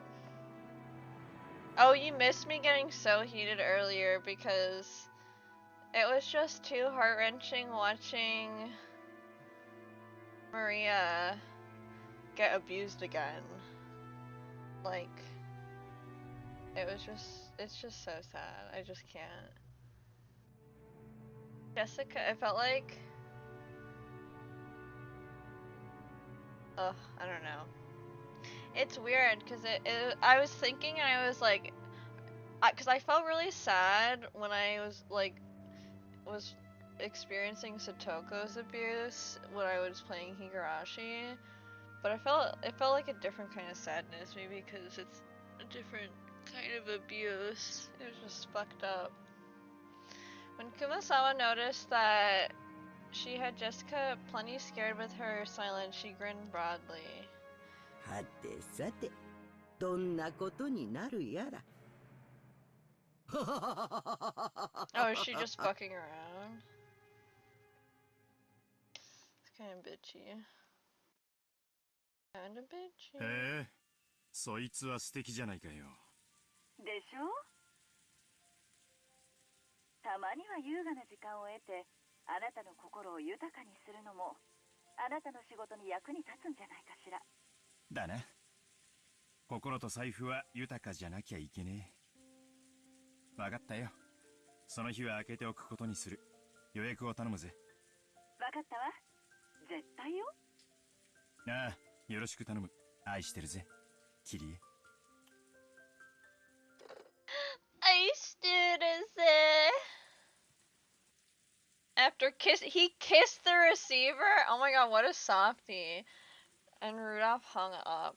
Before his seat, there were several executives with their sleeves rolled up, eagerly awaiting the end of the phone call. すまん。 Oh my god. アメリカから連絡は来たか。はい。外線にデイル渡辺弁護士からです。Watanabe? Why does that look familiar? Why does that look familiar?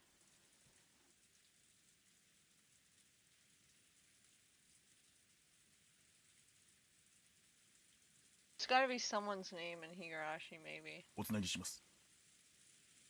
結局のところ、感触はどうなんだ？それが一つ芳しくないようでして、先方は裁判をも辞さないつもりのようです。やっぱりごまかしきれねえかな。繋いでくれ。わかりました。すぐに。The executive ordered that the external line be transferred to the secretarial office, and once the phone in front of Rudolph rang. もしもし。ハローハロー。お待たせしました。後ろ宮です。どうもどうも。いかがですかそちらは。Hello, President 後ろ宮。挨拶は抜きで本題に入りましょう。いいニュースと悪いニュースがありますが、どちらを先にしますか？悪いニュースが先がいいな。デザートがないと頑張れないたちなんだ。わかりました。悪いニュースは先方が当方を告発する準備に入ったということです。つい先日、類似した裁判で原告が圧勝する判決が出されました。被告側も当方が主張するのとほぼ同じ内容で論戦していたのですが、全てにおいて却下されました。残念ながらこのまま法廷に臨めば当方の主張はことごとく却下される可能性が極めて高いでしょう。例の裁判全滅だったか。うちより有利な条件だったと思ってたんだが、そりゃ辛いな。で、いいニュースは？先方の幹部と接触できました。先方に当方の立ち位置を説明し、先方のブランドイメージを侵害する意図がないことを説明し、理解を得ることができました。先方は近日中に条件提示を行い、それらの履行が行われるなら告発を見送ると約束しました。感触は？取締役会のナンバー2による発言です。正直、非常に厳しいものになると予想されます。当方の想定では避けられないものとして、社名変更、交渉の余地のあるものとして若い金額。うちに潰れろと一言言やいいのに、周りくどい奴らだぜ。先方は近年2代目社長に交代したばかりで、まだ足固めが終わっていません。当方が徹底抗戦した場合、現社長に失点を与えたい勢力が何らかの利的工作をしかねないと懸念しています。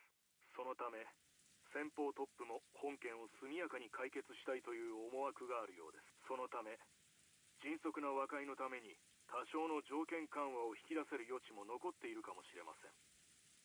いずれにせよ、とんでもねえ金が必要になるか。その覚悟は必要です。そしてそれでも懲罰的賠償金よりははるかに安いかと。ありがとう先生。また進展があったら連絡してください。先生は高級鳥だからヨタ話もできねえ。サンキューサンキュー。グッバイ。Rudolph hung up the phone.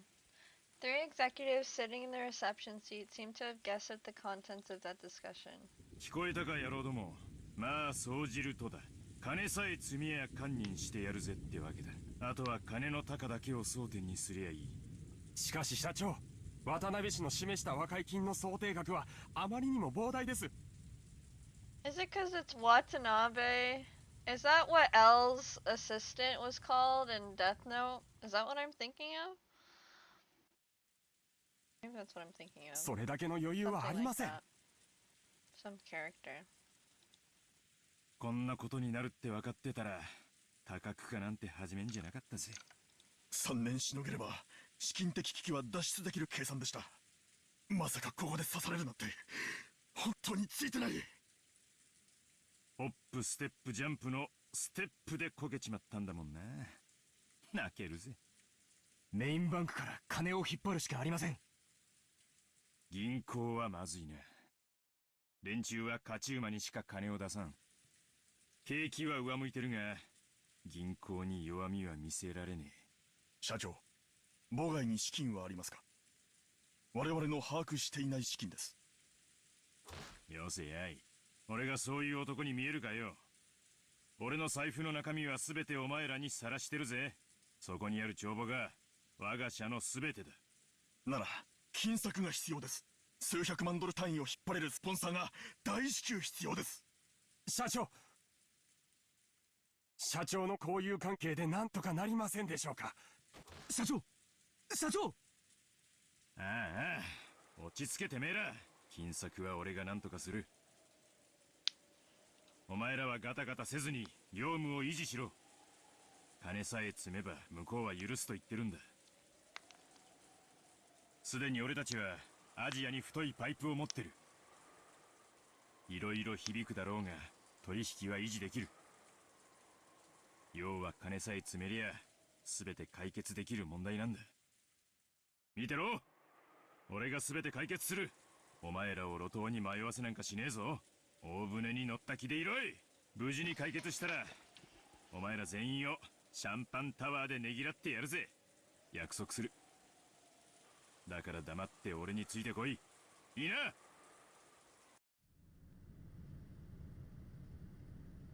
The airplane suddenly shook, probably due to turbulence. Rudolph was jostled awake. He'd woken earlier that morning and ended up drifting to sleep while resting in his seat. 大丈夫？まだだいぶ眠いんじゃないの？このところだいぶ仕事が忙しかったようだし。仕事が忙しいなんて大いに結構じゃねえか。俺が暇になっちまったら俺たち明日から路頭に迷うぜ。そうね。バトラ君も帰ってきたんだから二人で物乞いすればいいって問題じゃないわよ。そうだな。6年ぶりに家族が揃ったんだからな。家族水入らずで過ごせるよう課長が頑張らねえとな。When he looked out the window, he saw that the airplane had already started to drop in altitude considerably. The fishing boats, which had only looked like black greens in a short while ago, were starting to become clearly recognizable. 親父に土下座してげんこつ一発で1000万借りられるなら1ダースくらいもらっときてえところなんだがな。さもなきゃとっととお隠れになってくれりゃいいんだ。散々すねをかじって今度は遺産目当てか。俺は地獄行きだな。そりゃこんな俺に親父も会いたくはないだろうよ。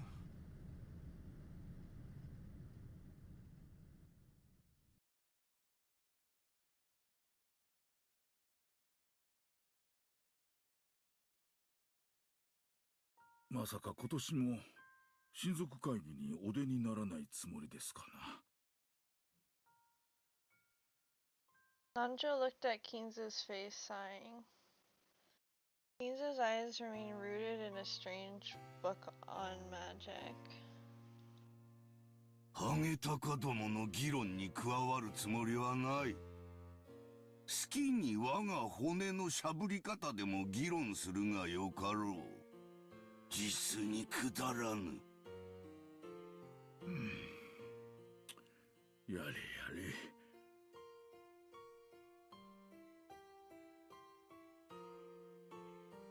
困ったものですな。Nanjo shook his head slightly.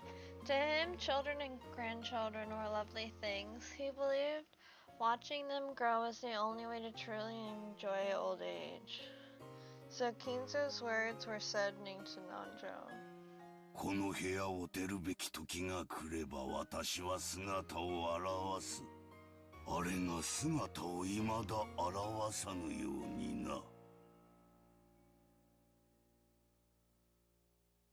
When Kinzo raised his face, his gaze pointed at the portrait of the witch, which was respectfully displayed on the wall.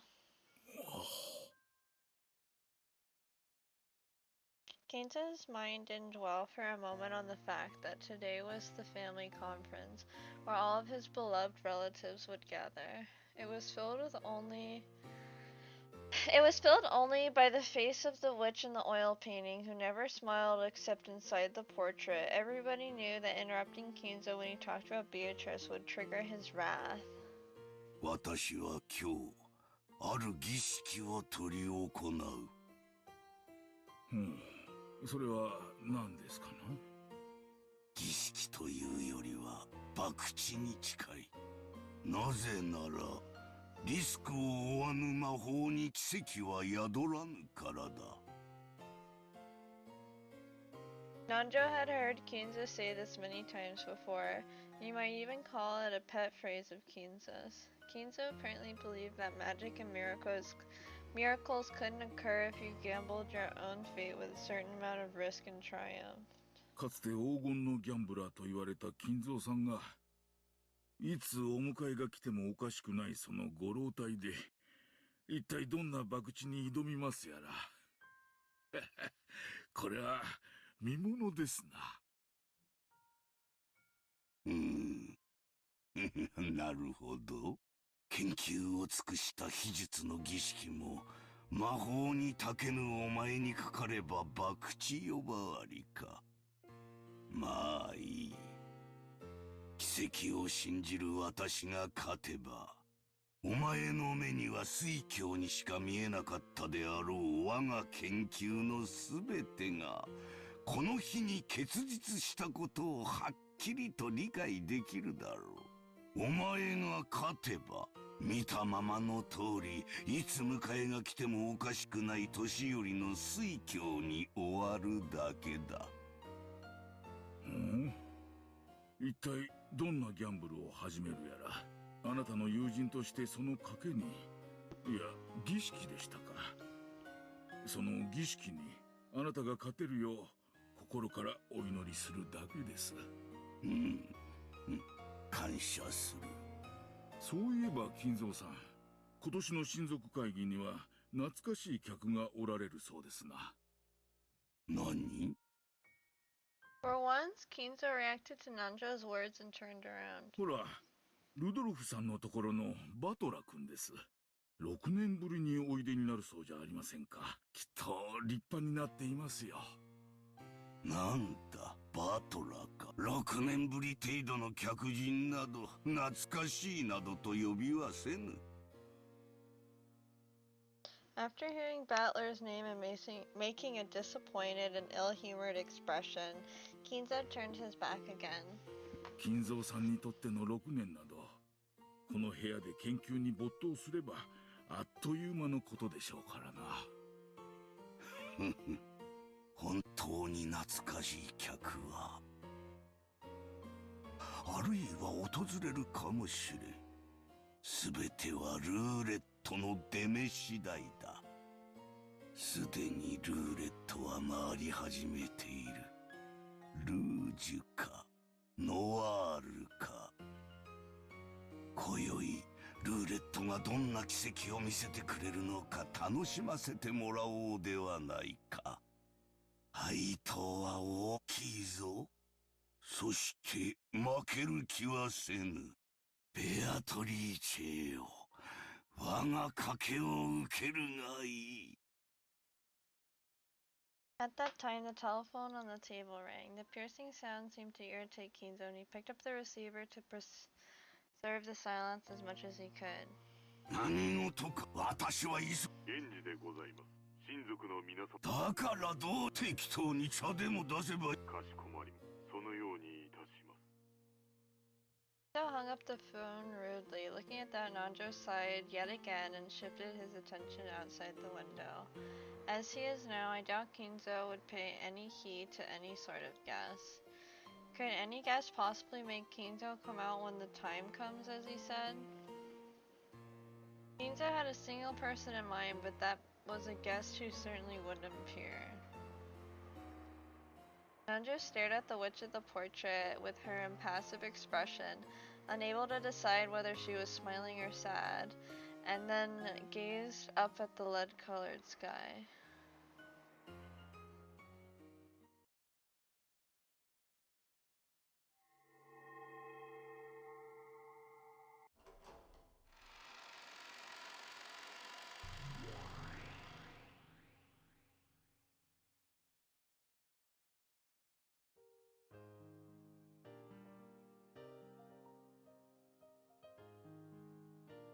This is her at her tea party. So, are all the pieces in place? Shall we line them all up and start a new game? 何か問題は？ねえよ。What? Wait, what? Wait, I don't understand.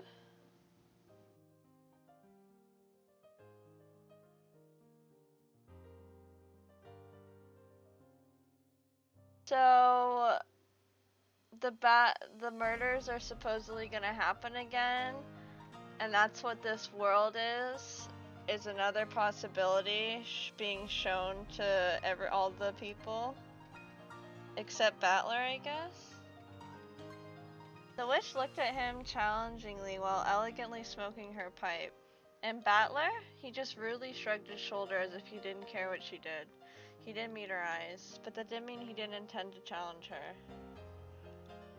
It showed his clear determination to never be taken in by this bastard's tricks. It was an expression of his determination to fight. まさか無策ではあるまいな。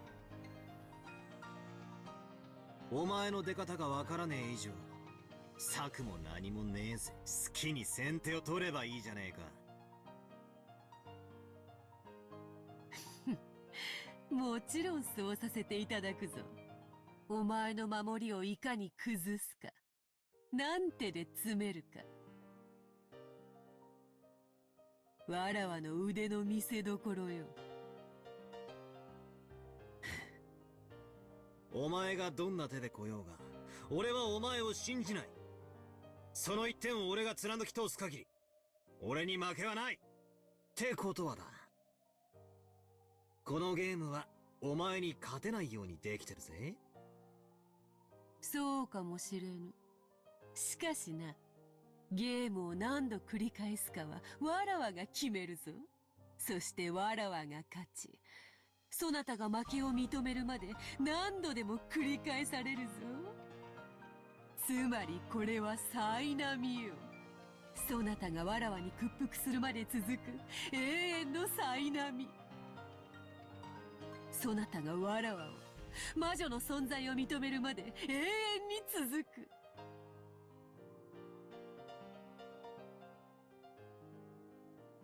なら俺もお前が根負けするまで何度でも無限に付き合ってやるぜ。意地の張り合いってやつでは負けた例がねえんだ。 This is a sick soundtrack. どこぞの魔女にでも入れ知恵されたか？まあよい。コタクは聞き飽きたぜ。さあ、おっ始めやがれ。さあ、そなたの指し手はすでに知り尽くしておる。手の内を知られた守りなどたかが知れておる。同じ手でしのぎきれると思うでないぞ。ベアトリーチェ、一つだけ最初に言っておくことがある。なんだ。お前が何をのたまおうと自由だ。だが俺が信じるかどうか常に俺が自分で決める。貴様の魔法がどれほどのものだったとしても俺の魂はこれは俺への拷問だ。違うね。ならばなんだというのか。これはお前への拷問なのさ。Battler, you're just a fucking idiot. お前がいつ俺に屈し諦めるか。それまで繰り返される拷問なのさ。面白いかな、その例えやよし。互いを苛み合う拷問とは実に面白い。さーて始めようではないか。後ろ宮バトラー。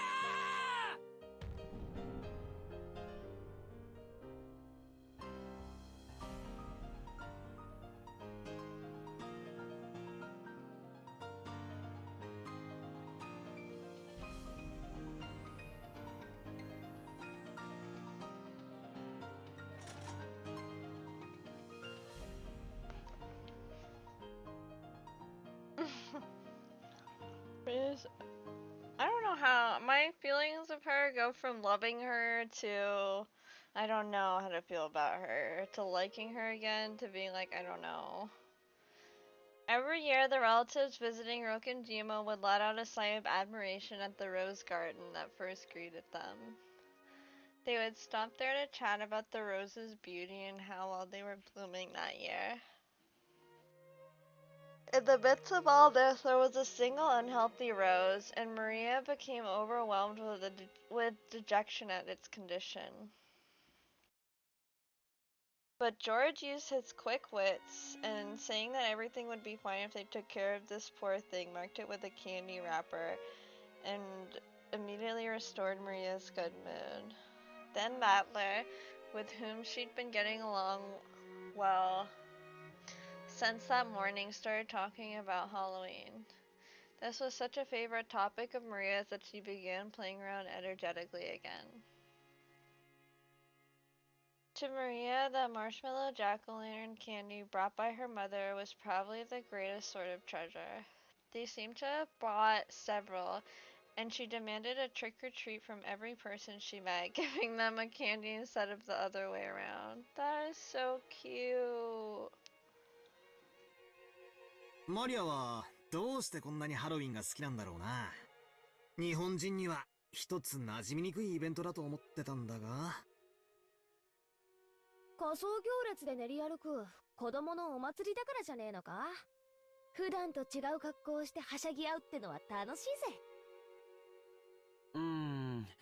多分僕はもう少しディープな理由によるものだと思うな。何しろ魔女のマリアちゃんだからね。そういや飛行場でもマリアは仮装するなら魔女になりたいって言っていたっけ。マリアって魔女が好きなんだ。ええ、大好きよ。困ったくらいに。まあまあ、あのくらいの年頃はファンタジックな存在に憧れるもんですから。せめてテレビアニメのヒロインに憧れるくらいなら可愛いんだけど。Judging by Rose's appearance, she wasn't very happy about her daughter's love for witches as a mother. The cousins other than Battler seemed to realize this, and they shrugged, wearing stiff smiles. ほー、魔女好きだとハロウィンも好きになるって論法なのか。わかんなきゃ本人に聞けばいいか。おいマリア、ハロウィンと魔女って何か関係あるのか。As Battler asked that, George and Jessica let out a stifled ah, as if they were trying to stop him, but too late. Maria might have been waiting just for that question. After beaming for an instant, her expression turned a little mean, as if to say, "You're totally clueless, aren't you?" It was the face of a hobbyist who's been ticked off by an outsider saying something stupid about their favorite subject. ケルト人は1年間を通じてその勢いを変える太陽は The changing strength of the sun over the course of a 1 year. 年を通して生まれ、育ち、老いて死んで、そして再び蘇ると考えていたの。I'm too dumb for this. 納得だな。春のか弱いポカポカした太陽が次第に痩せ衰えていく様をなるほど太陽の一生と考えるのもうなずけるぜ。うん。だから彼らは10月の最後に太陽は死に、死の国で体を休めて冬至の日に再び蘇ると考えたの。それで太陽が1年の生涯を終えて死ぬその日を大晦日サビンと呼んでお祝いしたの。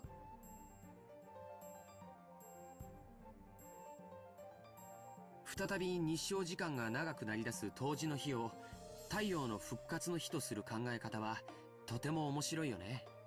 古代の人々がいかに太陽を神聖視していたかがわかるエピソードだよ。で、それが魔女とどう関係があるんだ？ It seemed that my casual urging forward had slightly infuriated Maria. She glared at me with eyes that told me to shut up while she explained. Maria seemed to be having a blast as she talked, so I decided not to interrupt. 10月と11月の狭間は生と死が最も近くなる。ケルト人たちはこの時期に聖者の世界と死者やこの世ならざる者の世界が最も近づき、異界の住人たちがたくさん訪れると信じてたの。日本でいうお盆みたいなものだよ。At the time, people believed that souls returning to the physical world would go into people's houses or possess people and do bad things. So in order to avoid harm, they performed rituals. One of those was to imitate creepy monsters and scare the souls back, which was apparently a way to avoid being possessed. その部分がお祭りになっていって仮装行列になってったんだな。マリアは本当に物知りだぜ。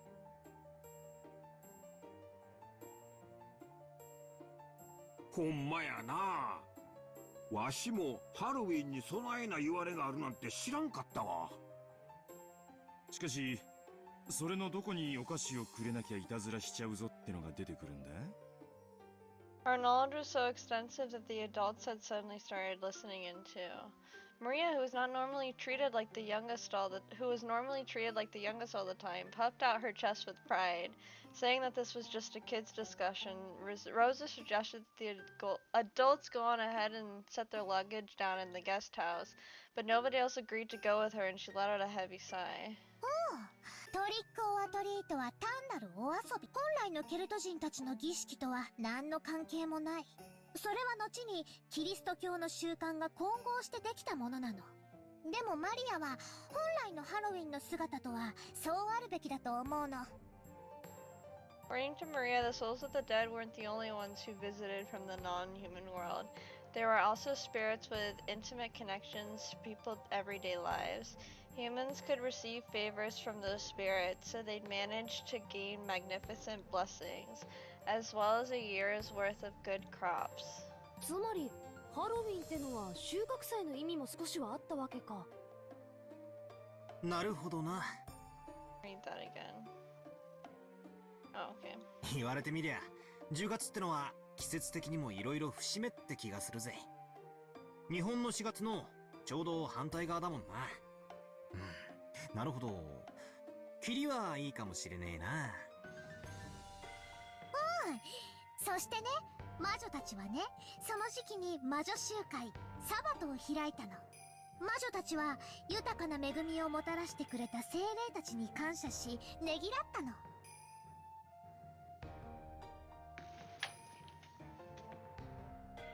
ハロウィンの仮装は向こうから来る客人たちの模倣。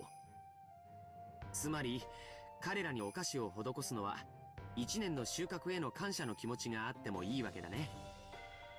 うん、ジョージお兄ちゃんの言う通り。つまりハロウィンはこの世とあの世の交流のある時期ってわけなんだな。それでつまり魔女たちにとってはそういう世界の客人たちと交流できる大切、そう言いたいわけか。おお、バートラの言う通りだからね。魔女たちや悪魔たちの力が最も活発で盛んになるのが10月なの。きっとベアトリーチェも来てくれる。そしてね、一緒にマシュマロお菓子食べてマリアも黄金鏡に連れてってもらうの。一緒に魔法のお歌を歌って魔法の呪文を習って魔法陣の書き方を習うの。そしてね、ルーンの秘密を習って早くマリアを立派な魔女にしてもらうの。Aww. She looks at her like a big sister. あらあら、それは素敵ね。子供は夢があるのが一番よ。ところでローザ、マリアちゃんは今年でいくつになったんだったかしら？ Ava, why do you have to undermine everyone around you? Do you hate yourself that much? マリア、もうそのお話は終わりにしなさい。気にしないでローザさん。女の子なら誰だって一度は思い描く夢じゃない。ありがとうございます。でももうマリアはそういう年を卒業していますので。こら、やめなさいと言ってるでしょ。Rosa scolded Maria, trying to shut her up before her cheery discussion about black magic earned her the snickers of the relatives. へえ、そいつはなんだかスケールのでかい話だな。ところでベアトリーチェって誰だっけ？なんだっけ？聞いた名前だな。Battler had gone for 6 years and had completely forgotten about the legend of the Rokindima witch. However, when he said he didn't know Beatrice's name, Maria once again bright mood soured in an instant. When he saw that, Battler immediately remembered that it was the witch. When he saw that, Battler immediately remembered that it was the name of the witch of this island, but the damage had been done. Until Maria's mood improved, she went on and on about the mysterious and fabulous episodes regarding the Golden Witch. もうよしなさい、マリア。ありがとうね、バトラ君。お話に付き合ってくれて。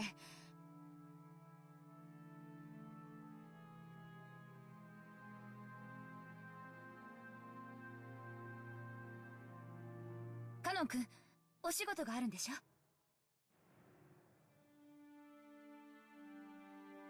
It's true, she does want the Snickers. God, your brain. It's huge!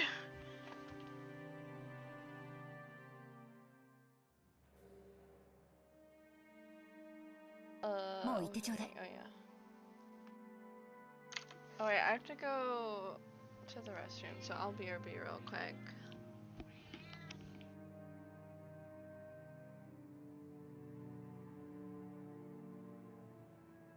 Okay. Oh yeah, BRB.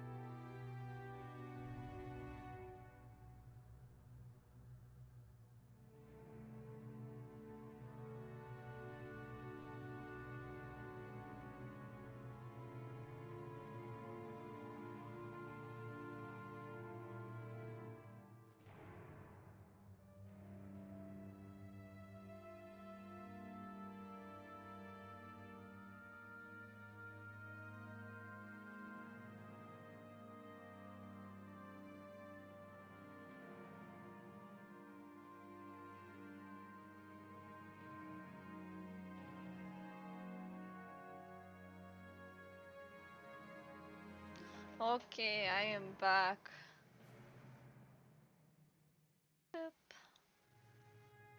Okay. ゴーダさん、みんなとりあえず荷物を置きたがってると思うの。 This lady has so many issues. Oh my god, look at that eye! 悪いんだけど、みんなをゲストハウスへ案内してくれるかしら。かしこまりました。それでは皆様、ゲストハウスへご案内いたします。それでは失礼いたします。 Goda led the relatives and they began to head towards the guest house. They were eager to set down their luggage and take a breather, so they didn't realize Rosa and Maria weren't coming with them.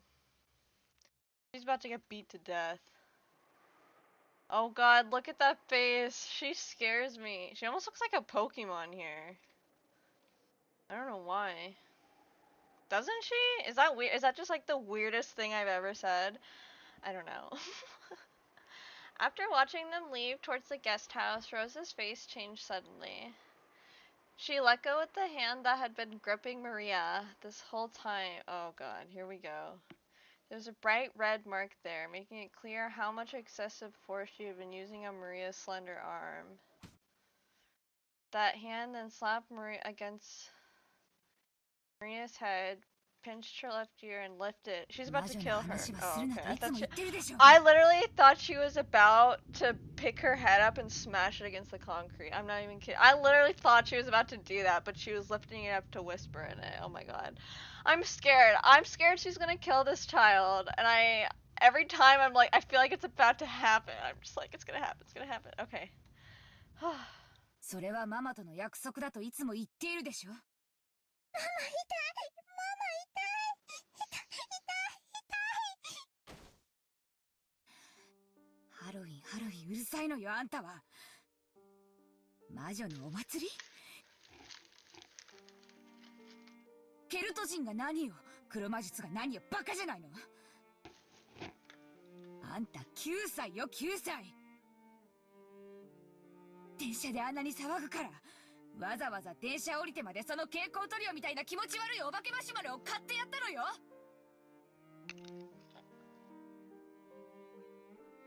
Here we go. 遅刻してまであんたに買ってやったのよ。あんた、どこまで私の顔を潰せば気が済むのよ。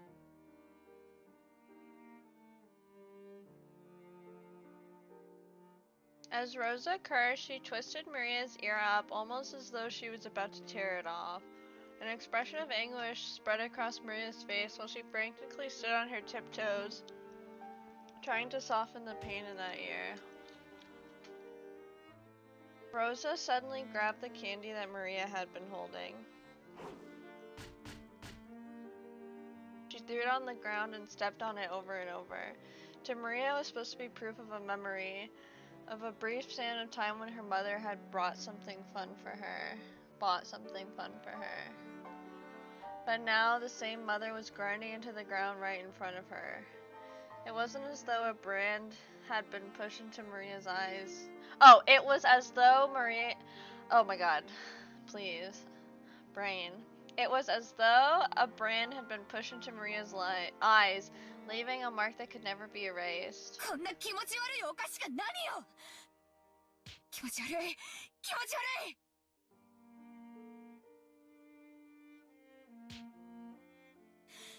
あんたがそんなんだから、あんたがそうなんだから。気持ち悪い、気持ち悪い、気持ち悪い。As she said that, she struck Maria's head over and over again with her palm. She didn't hit Maria's face because the red swelling would stand out. Oh my god, bitch. Maria closed her eyes tightly, patiently bearing her mother's violence. No, that wasn't quite it. 帰ってきてママ、帰ってきてママ、助けてママ、助けてママ、悪い魔女に打ち勝って。She kept bearing Rose's assault, muttering that over and over. だから、その魔女ってのをやめろっつってんのよ。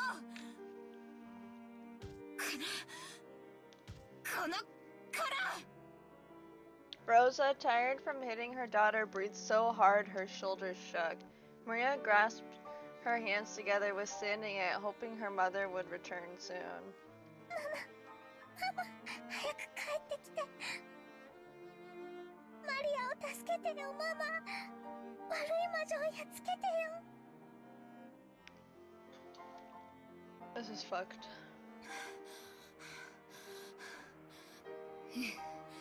いつまでもそこでそうしていなさい。そしてそこで魔女でもハロウィンでもいつまでもブツブツ一人で言ってればいいのよ。 After hurling those words at Maria, Rosa left in the direction of the guest house, leaving Maria behind. Is Maria gonna die first? Maria, forgetting that it was okay to cry, kept staring down at the jack-o'-lantern candy that had been trampled beyond recognition.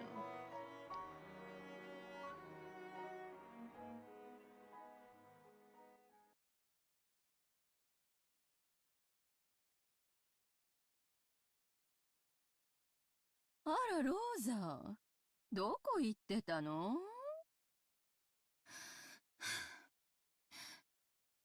ごめんなさい。バラが素敵だったもので、ついつい。ローザ、早く荷物を置いてこいよ。兄貴んとこへ挨拶に行こうぜ。ん？マリアちゃんはどうしたんや？まだ花壇におるんかいな。気に入ったバラがあるみたいで、世話をするって言って聞かなくて、しばらくは好きにさせることにしました。女の子には女の子の世界があったことを、私たちはたまに忘れるわ。時には尊重してあげないとね。お気遣いをありがとう、キリエ姉さん。ゴーダさん、私たちの部屋はどこ？ご案内いたします。こちらでございます。お荷物をお持ちいたしましょう。結構よ。自分で持てます。Yeah, ありがとう。 girl boss. Well, I don't like her at all, but girl boss at least. Rosa went into her room, guided by Goda. She then closed the door somewhat violently and threw her luggage on top of the bed. She got down on her knees in front of the bed, burying her face in it. For a while, Rosa made a face as if to shred the sheets with her fingernails, sobbing constantly.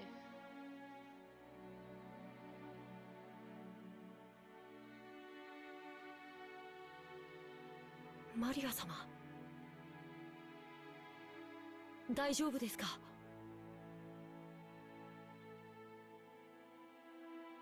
Cannon appeared from behind a thicket after watching Rosa leave. 平気だよ。 Maria gave a creepy laugh, but to Cannon, who had seen the whole thing, it looked like she was enduring as best as she could. 最低のやつだ。あれで母親なんて。仕方ないよ。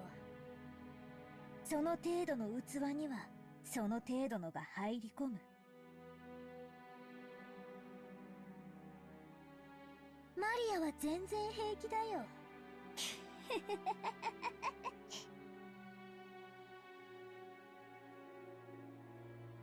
Cannon got down on his knees and picked up the trampled candy. It was tragic just to look at it. He thought about dusting it off and returning it to her, but really couldn't do so with it in that condition. Just as he was wondering what to do, he met Maria's gaze. No, that wasn't quite right.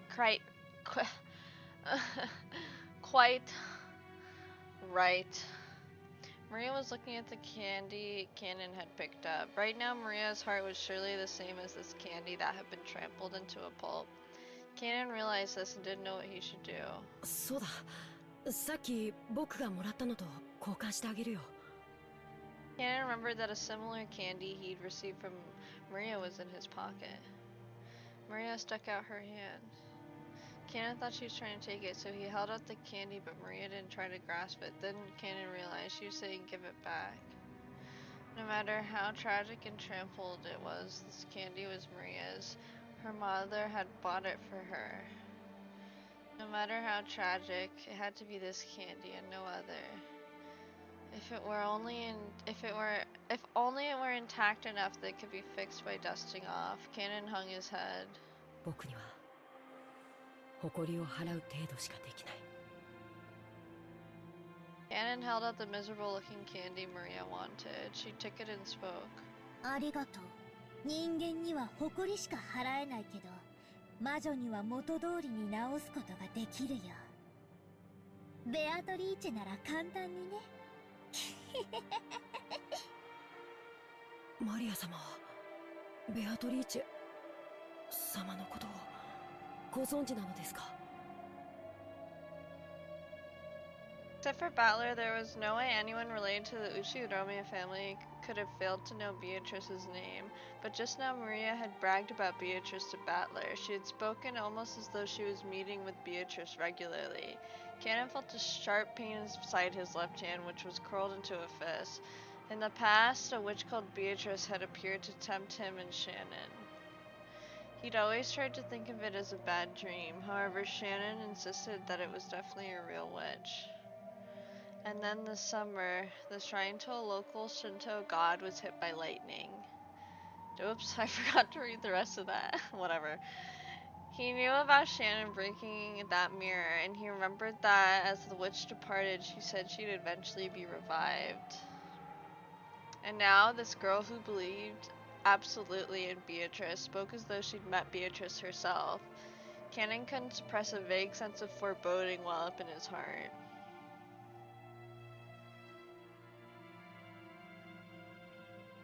For a while, Maria remained silent as though she could see into Cannon's heart. Almost as though she was waiting for a memory of Beatrice to be revived. But then she spoke as though it was fact. マリアはね、ベアトリーチェとお友達なの。今日だって会って一緒に遊ぶよ。遊びますか？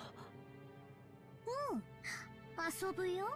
一緒にね、魔法のお勉強をするの。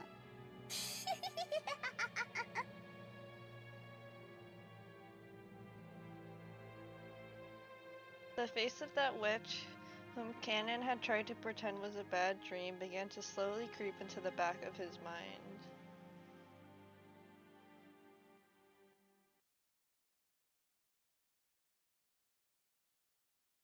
お父様は研究で大変ご多忙と仰せです。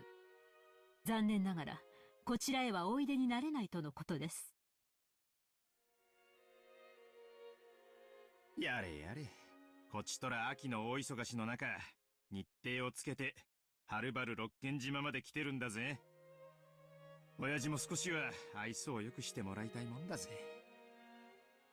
ほんとよね。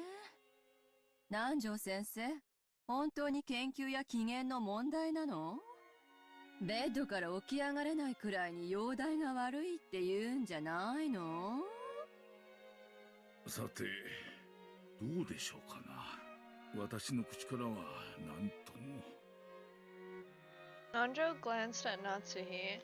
It seemed he thought it wasn't his place to speak first without getting Natsuhi's approval. お父様はますますにご健康でいらっしゃいます。寝たきりなどと失礼極まりない。でも余命3ヶ月なんでしょ？普通に考えれば痩せ衰えてベッドからも起きられないはずよ。でしょ、南條先生？波の患者ならそうでしょうがな。金蔵さんは並外れた気力をお持ちです。あの気迫にお迎えも恐れて近寄れないのかもしれませんな。それほどまでにお元気なら少なくとも安心ね。そこまで元気ならせめて挨拶くらいはさせてほしいもんなんだがな。親族会議ってのは親父の顔を見に来たって意味なんだぜ。これじゃ何のために来たのかわからねえぜ。Okay, hope you have a nice dinner. Or rest, also a good rest of your night. Thanks for being here. そう言うな。いればいたで心が休まらないといつもぼやくのだろうが、兄弟一同水入らずで今年も全員欠けることなく集まれたことを喜ぼうじゃないかね。昨年の親族会議でも会えなかったのよ。血を分けた子供たちが2年ぶりに挨拶したいというのがどうして理解してもらえないのかしら。挨拶の言葉があるのでしたら、私どもがお伝えします。それとも、エヴァさん、何かお父様にお会いして、挨拶以上のお話でもあられるのですか？いやね、何の話よ、もう。予算か、エヴァ。夏井さん、堪忍な。エヴァも娘としてお父さんの病状が不安なだけなんや。ちょいと気持ちを汲み取ってな。その通りだな。エヴァは親父殿が嫁を宣告されてから急に親孝行をするようになったじゃないか。なるほど。その姿をぜひ見てもらいたいという気持ちもわからなくない。何が言いたいのよ。よせよ、姉貴。晩飯までには機嫌を直してくれるよう祈ろうじゃねえか。それに俺たちは到着したばかり。まずは軽く挨拶に訪れただけだぜ。親族会議は親父抜きだってできる。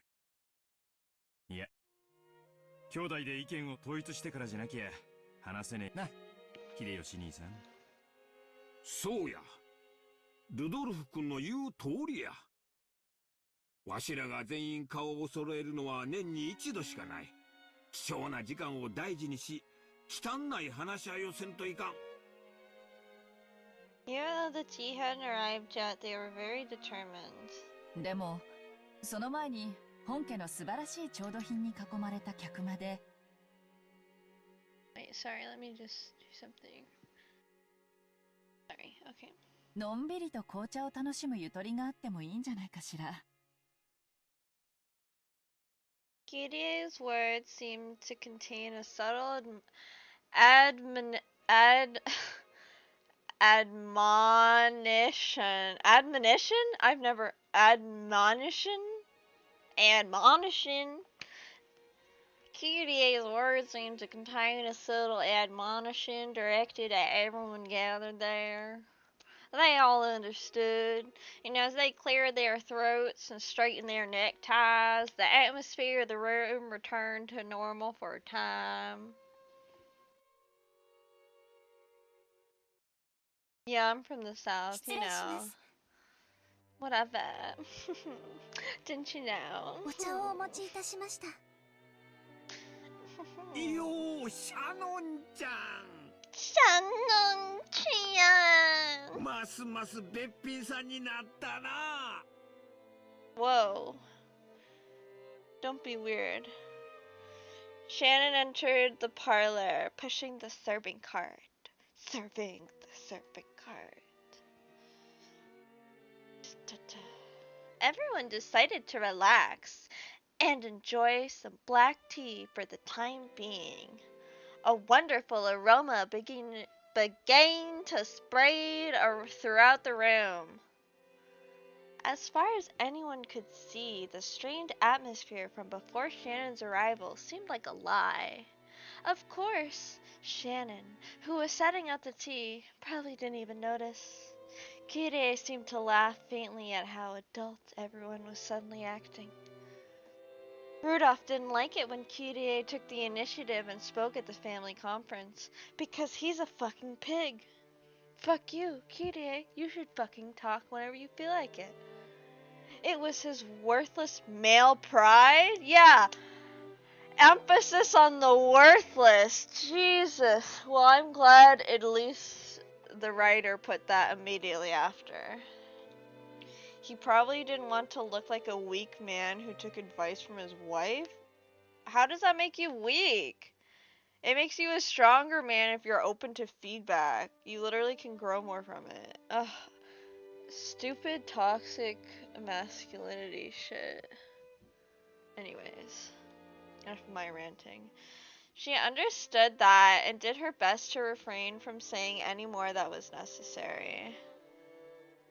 So she separated herself from the circle of siblings who superficially appeared to be enjoying some time together alone and casually drank her tea near the window. あら、ローザさん。兄弟で水いらずなのでは？ご冗談を。ごめんなさい。気を悪くしないで。うちの夫に呆れてるだけだから。Apparently, Rosa hadn't been able to keep up with that on the surface friendliness. They'd come here to fight bloodily and dirtily, each trying to grab a part of inheritance for themselves. She probably didn't like suddenly pretending that they were all chummy, or maybe she was still too immature for that. だいぶ風が出てきているようですね。枝葉があんなに揺れて。もう台風が近くまで来ているのでしょうね。今夜あたりからはだいぶ降るのかしら。Oh, I'll make it rain. マリアちゃん、この1年で随分立派になりましたね。そう見えます？未だに自分のお洋服を畳むことすらできないんですよ。Dude, it took me so long to learn how to fold clothes. ええ。こんなにも愛情たっぷりなお母さんと一緒なんですもの。Isn't she like 9? Literally, who the fuck cares what you can do or not at 9? Like, you're still a kid. Literally doesn't matter. Like, some people learn things really quick when they're young, and some people don't. Some people learn something that hits you all way later.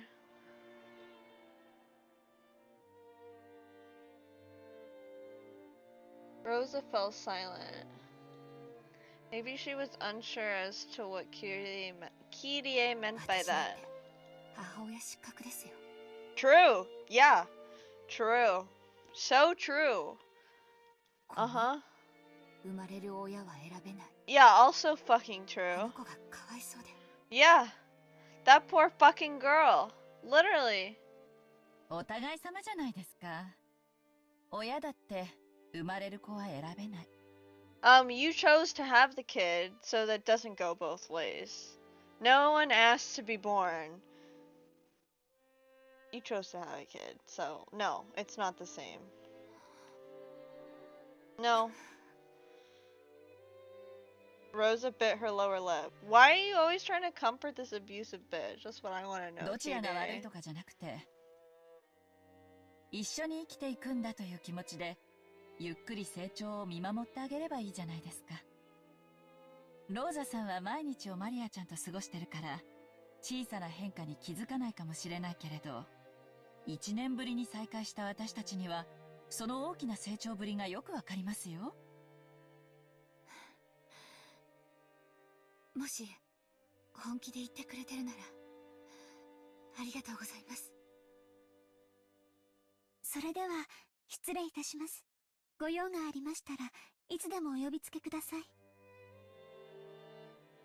Shannon bowed politely and left the room. As Hideyoshi and Rudolph, who had a soft spot for women, watched her go, the atmosphere in the room began to revert back to what it had begun before Shannon's visit. お父様がいらっしゃられないなら、それはそれでできる話もあるというものよ。ねえ、ルドルフ。ああ、そうだな。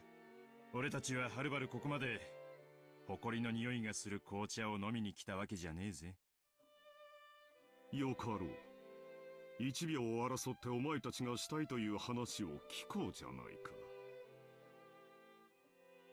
やれやれ。たくましい人たちね。早速始めたわ。私も加わらないといけないわ。あの人たち、私が主張しないと4人兄弟であることをすぐ忘れるから。あなたも大変ね。ちょっと言葉を選ばなかったかしら。ごめんなさい。ううん、気にしてません。こちらこそごめんなさい。私たち互いに娘を持つ母親同士なんだから、もっと交流しなきゃいけないのに。She has a daughter?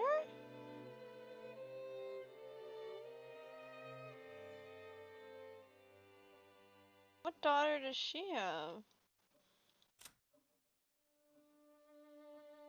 Battler has a stepsister? いつも会えば変な話ばかりで。この屋敷の空気のせいよ。ここの空気を嗅ぐといっつも私たちはギスギスし合ってるもの。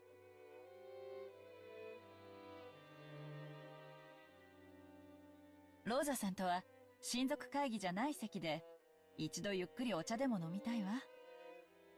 銀座に行きつけの素敵な喫茶店があるの。ぜひ今度招待させて。ありがとう、キリエさん。その時はぜひ。いやーね、急に空が暗くなってきたわ。まるでこの部屋の人たちが天気を悪くしてるみたい。もうゴロゴロ鳴ってるわ。あら、ぽつりと来たかしら。There really were small splashes of rain on the glass parlor window. The weather seemed to have worsened far faster than expected.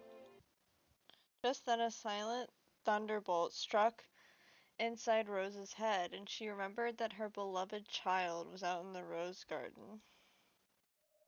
A normal girl would try to go inside if the weather got bad, but Maria was different. She would sometimes get stubborn and refuse to move if rain or even spears fell from the sky. That's right, I told that child to just stay there doing that forever, didn't I?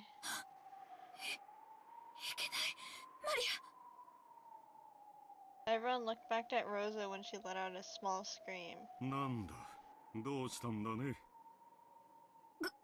めんなさい。ちょっと表に行ってきます。すぐ戻ります。なんだなんだ、どうしたってんだあいつ。いいじゃない、すぐ戻るわよ。それより始めたら、私たちの本題。そうね、ローザ抜きでも進められる話よ。話を戻しましょう。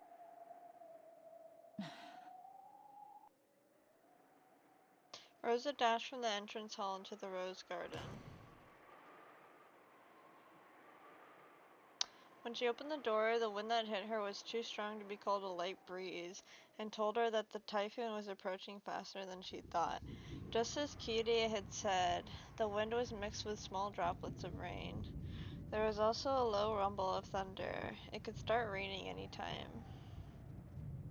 Rosa headed for the rose garden. She headed for the place where she had scolded Maria a short while ago. It was almost lunchtime. The children had been told to come to the mansion around lunchtime, so they were probably in the guest house waiting to be called. Even if Maria didn't come to them, they would surely think I took her to the mansion with me and wouldn't worry much. After all, she had been with her mother, so there should have been no reason to worry. I was here, and I abandoned my daughter to the worsening weather.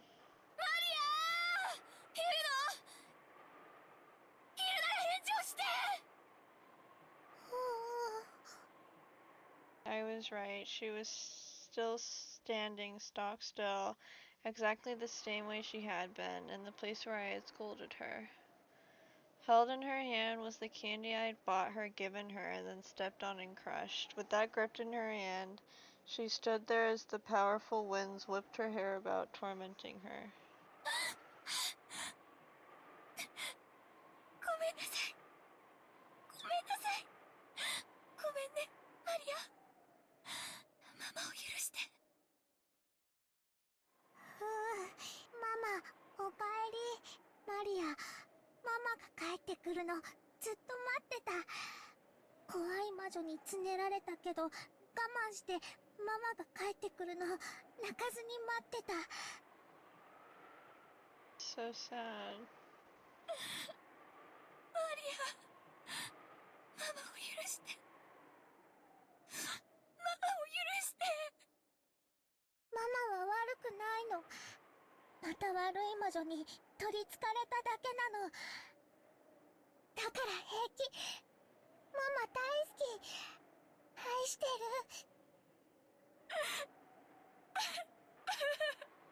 ごめんなさい。ごめんなさい。悪い魔女に負けた。ママを許して。Rosa buried her face in Maria's small chest, crying and begging forgiveness. And once again those tears dripped down after who knows how many times.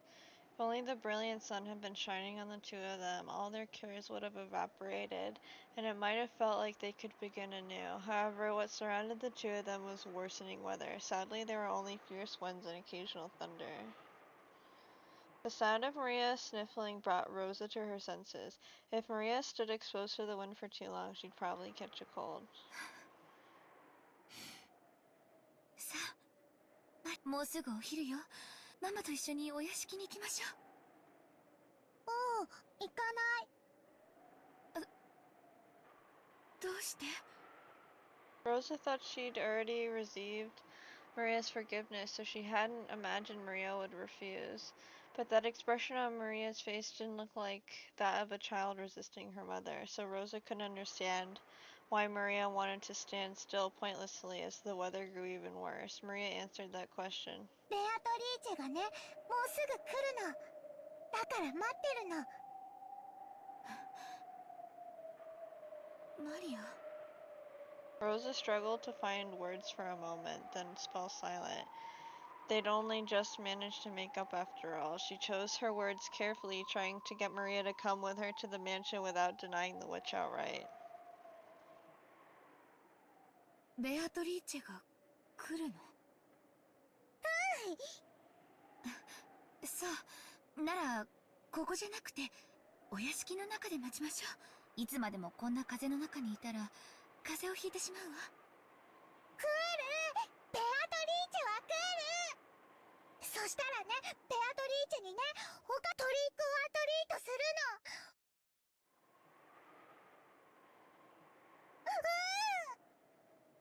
Maria pulled yet another sweet out of her handbag, moaning, ooh, ooh. Rosa was bewildered and didn't know what to do as Maria started being difficult again. At that time, there was a sudden blast of thunder. It was probably a sign that this island had been sealed off by the storm, detached from common sense and reality. So after this moment, all common sense would probably cease to apply. The wind blew even stronger, and amidst the blizzard of scattered rose petals, a figure appeared, leaving Rosa unable to imagine that this was a scene from reality. It was probably, no, definitely fantastical. After all, that shadow of a person was... Beatrice.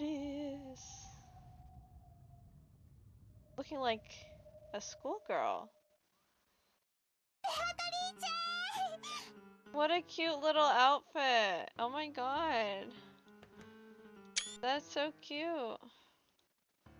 Maria dashed over to the shadow. Normally Rosa would scold her daughter if she dashed over to someone who she hadn't seen before and didn't know. But Rosa forgot to do that and was unable to do anything but stand there stunned. 久しぶりよ。元気であったか？マリアは元気。魔女は風邪をひかない。魔女は呪いにて風邪をひかせはするが、自らがひいてはなんとも間抜けな話よ。せいぜい自らが風邪をひくことなどないよ。これからも精進するがいい。She patted Maria's head as she said this, smiling roguishly. Rosa couldn't have known the name of this woman who was happily spoiling Maria. However, Maria had called it out in the beginning when the woman appeared. So even though Maria had never met her, even though the woman still hadn't introduced herself, Maria was able to know her name. However, that name held a special meaning on Rokkenjima and in the Ushiromiya family. There's no way something that stupid could be. Beatrice, Happy Halloween! ほら、買ったの。ベアトにもあげる。ハッピーハロウィン。ほう、これをわらわにとな。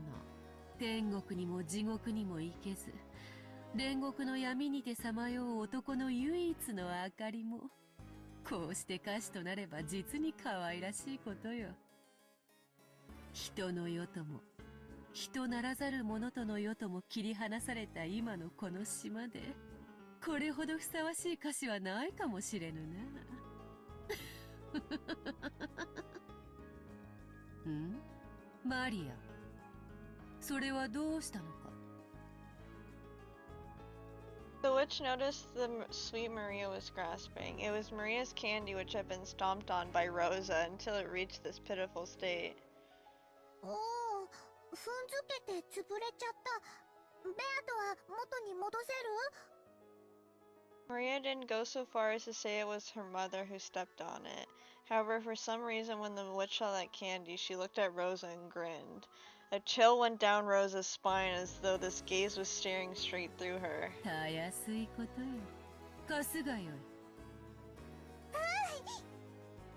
Maria held the candy out gleefully. Rosa could do nothing but watch, stunned. How did this person plan to trick Maria by somehow undoing the fact that the candy had been pitifully trampled? Maria looked as though she believed it could be fixed good as new. Without real magic, there is no way such a thing could be possible. これは見事に潰れているな。さあさあマリア、目を閉じて思い出してごらんなさい。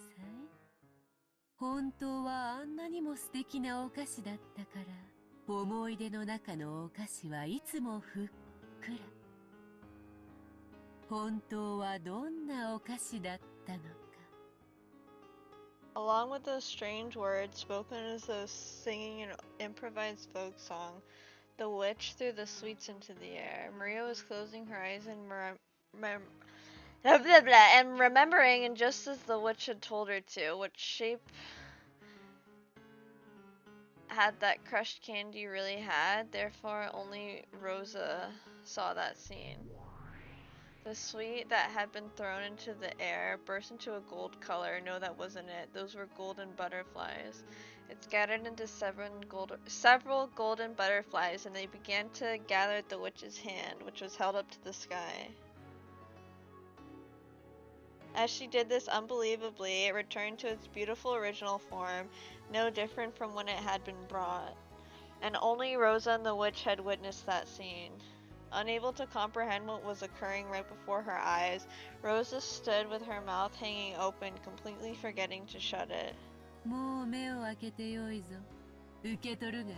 これでそなたの歌詞も元通りだ。ベアトリーチェはいつもすごいすごい。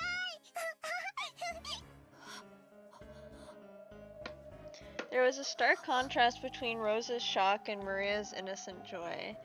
What was that witch laughing at? A smile floated to Beatrice's face, one different from the smile she'd shown Maria. わらわの顔が何かに似ているというのか？そうまじまじと見られては穴も開こうぞ。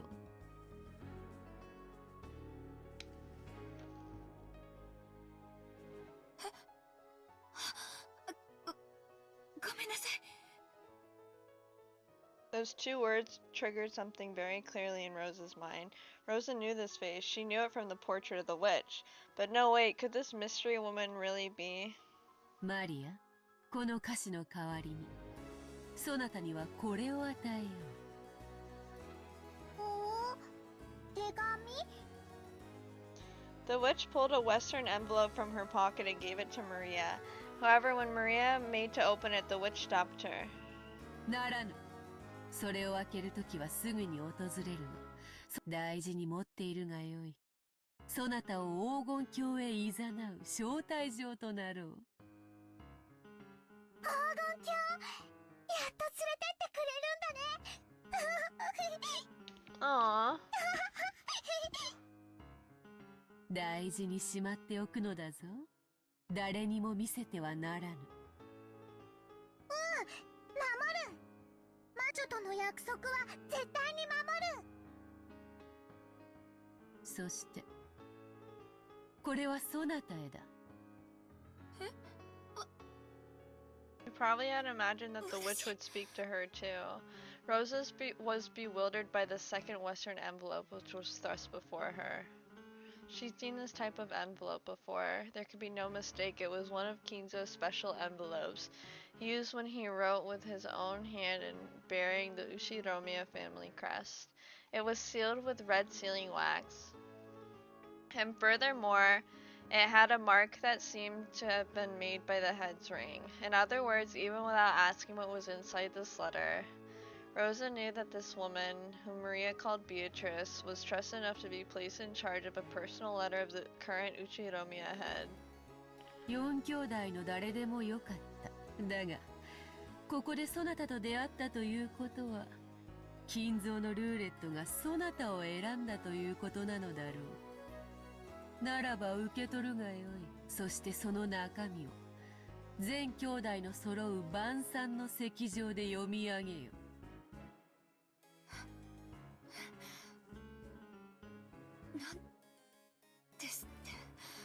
Rosa looked back and forth several times between the witch's face and the envelope that had been handed to her. Today was the family conference. The biggest object of the discussion would be the inheritance problem. So she had joined together with Ava and Rudolph, and they had planned to force a certain condition on Kraus to try and extort several 100 million yen in cash out of him. It was as if the witch could see through all that. What does she intend to announce when all siblings are gathered? And with a personal envelope that no one but the Ushiromiya head can use. マリア、天気が崩れるぞ。ゲストハウスへ戻り、昼を待つがよ。それではローザ、後ほど会おう。その席で改めて名乗らせてもらおうぞ。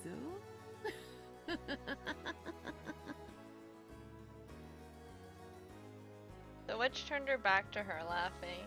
Then she began to head towards the mansion with the air of composure.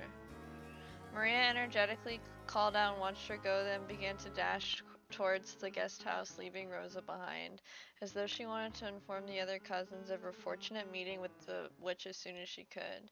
At last, Rosa was left alone in the rose garden as the winds grew stronger, unable to do anything but pray that what had happened was just a daydream.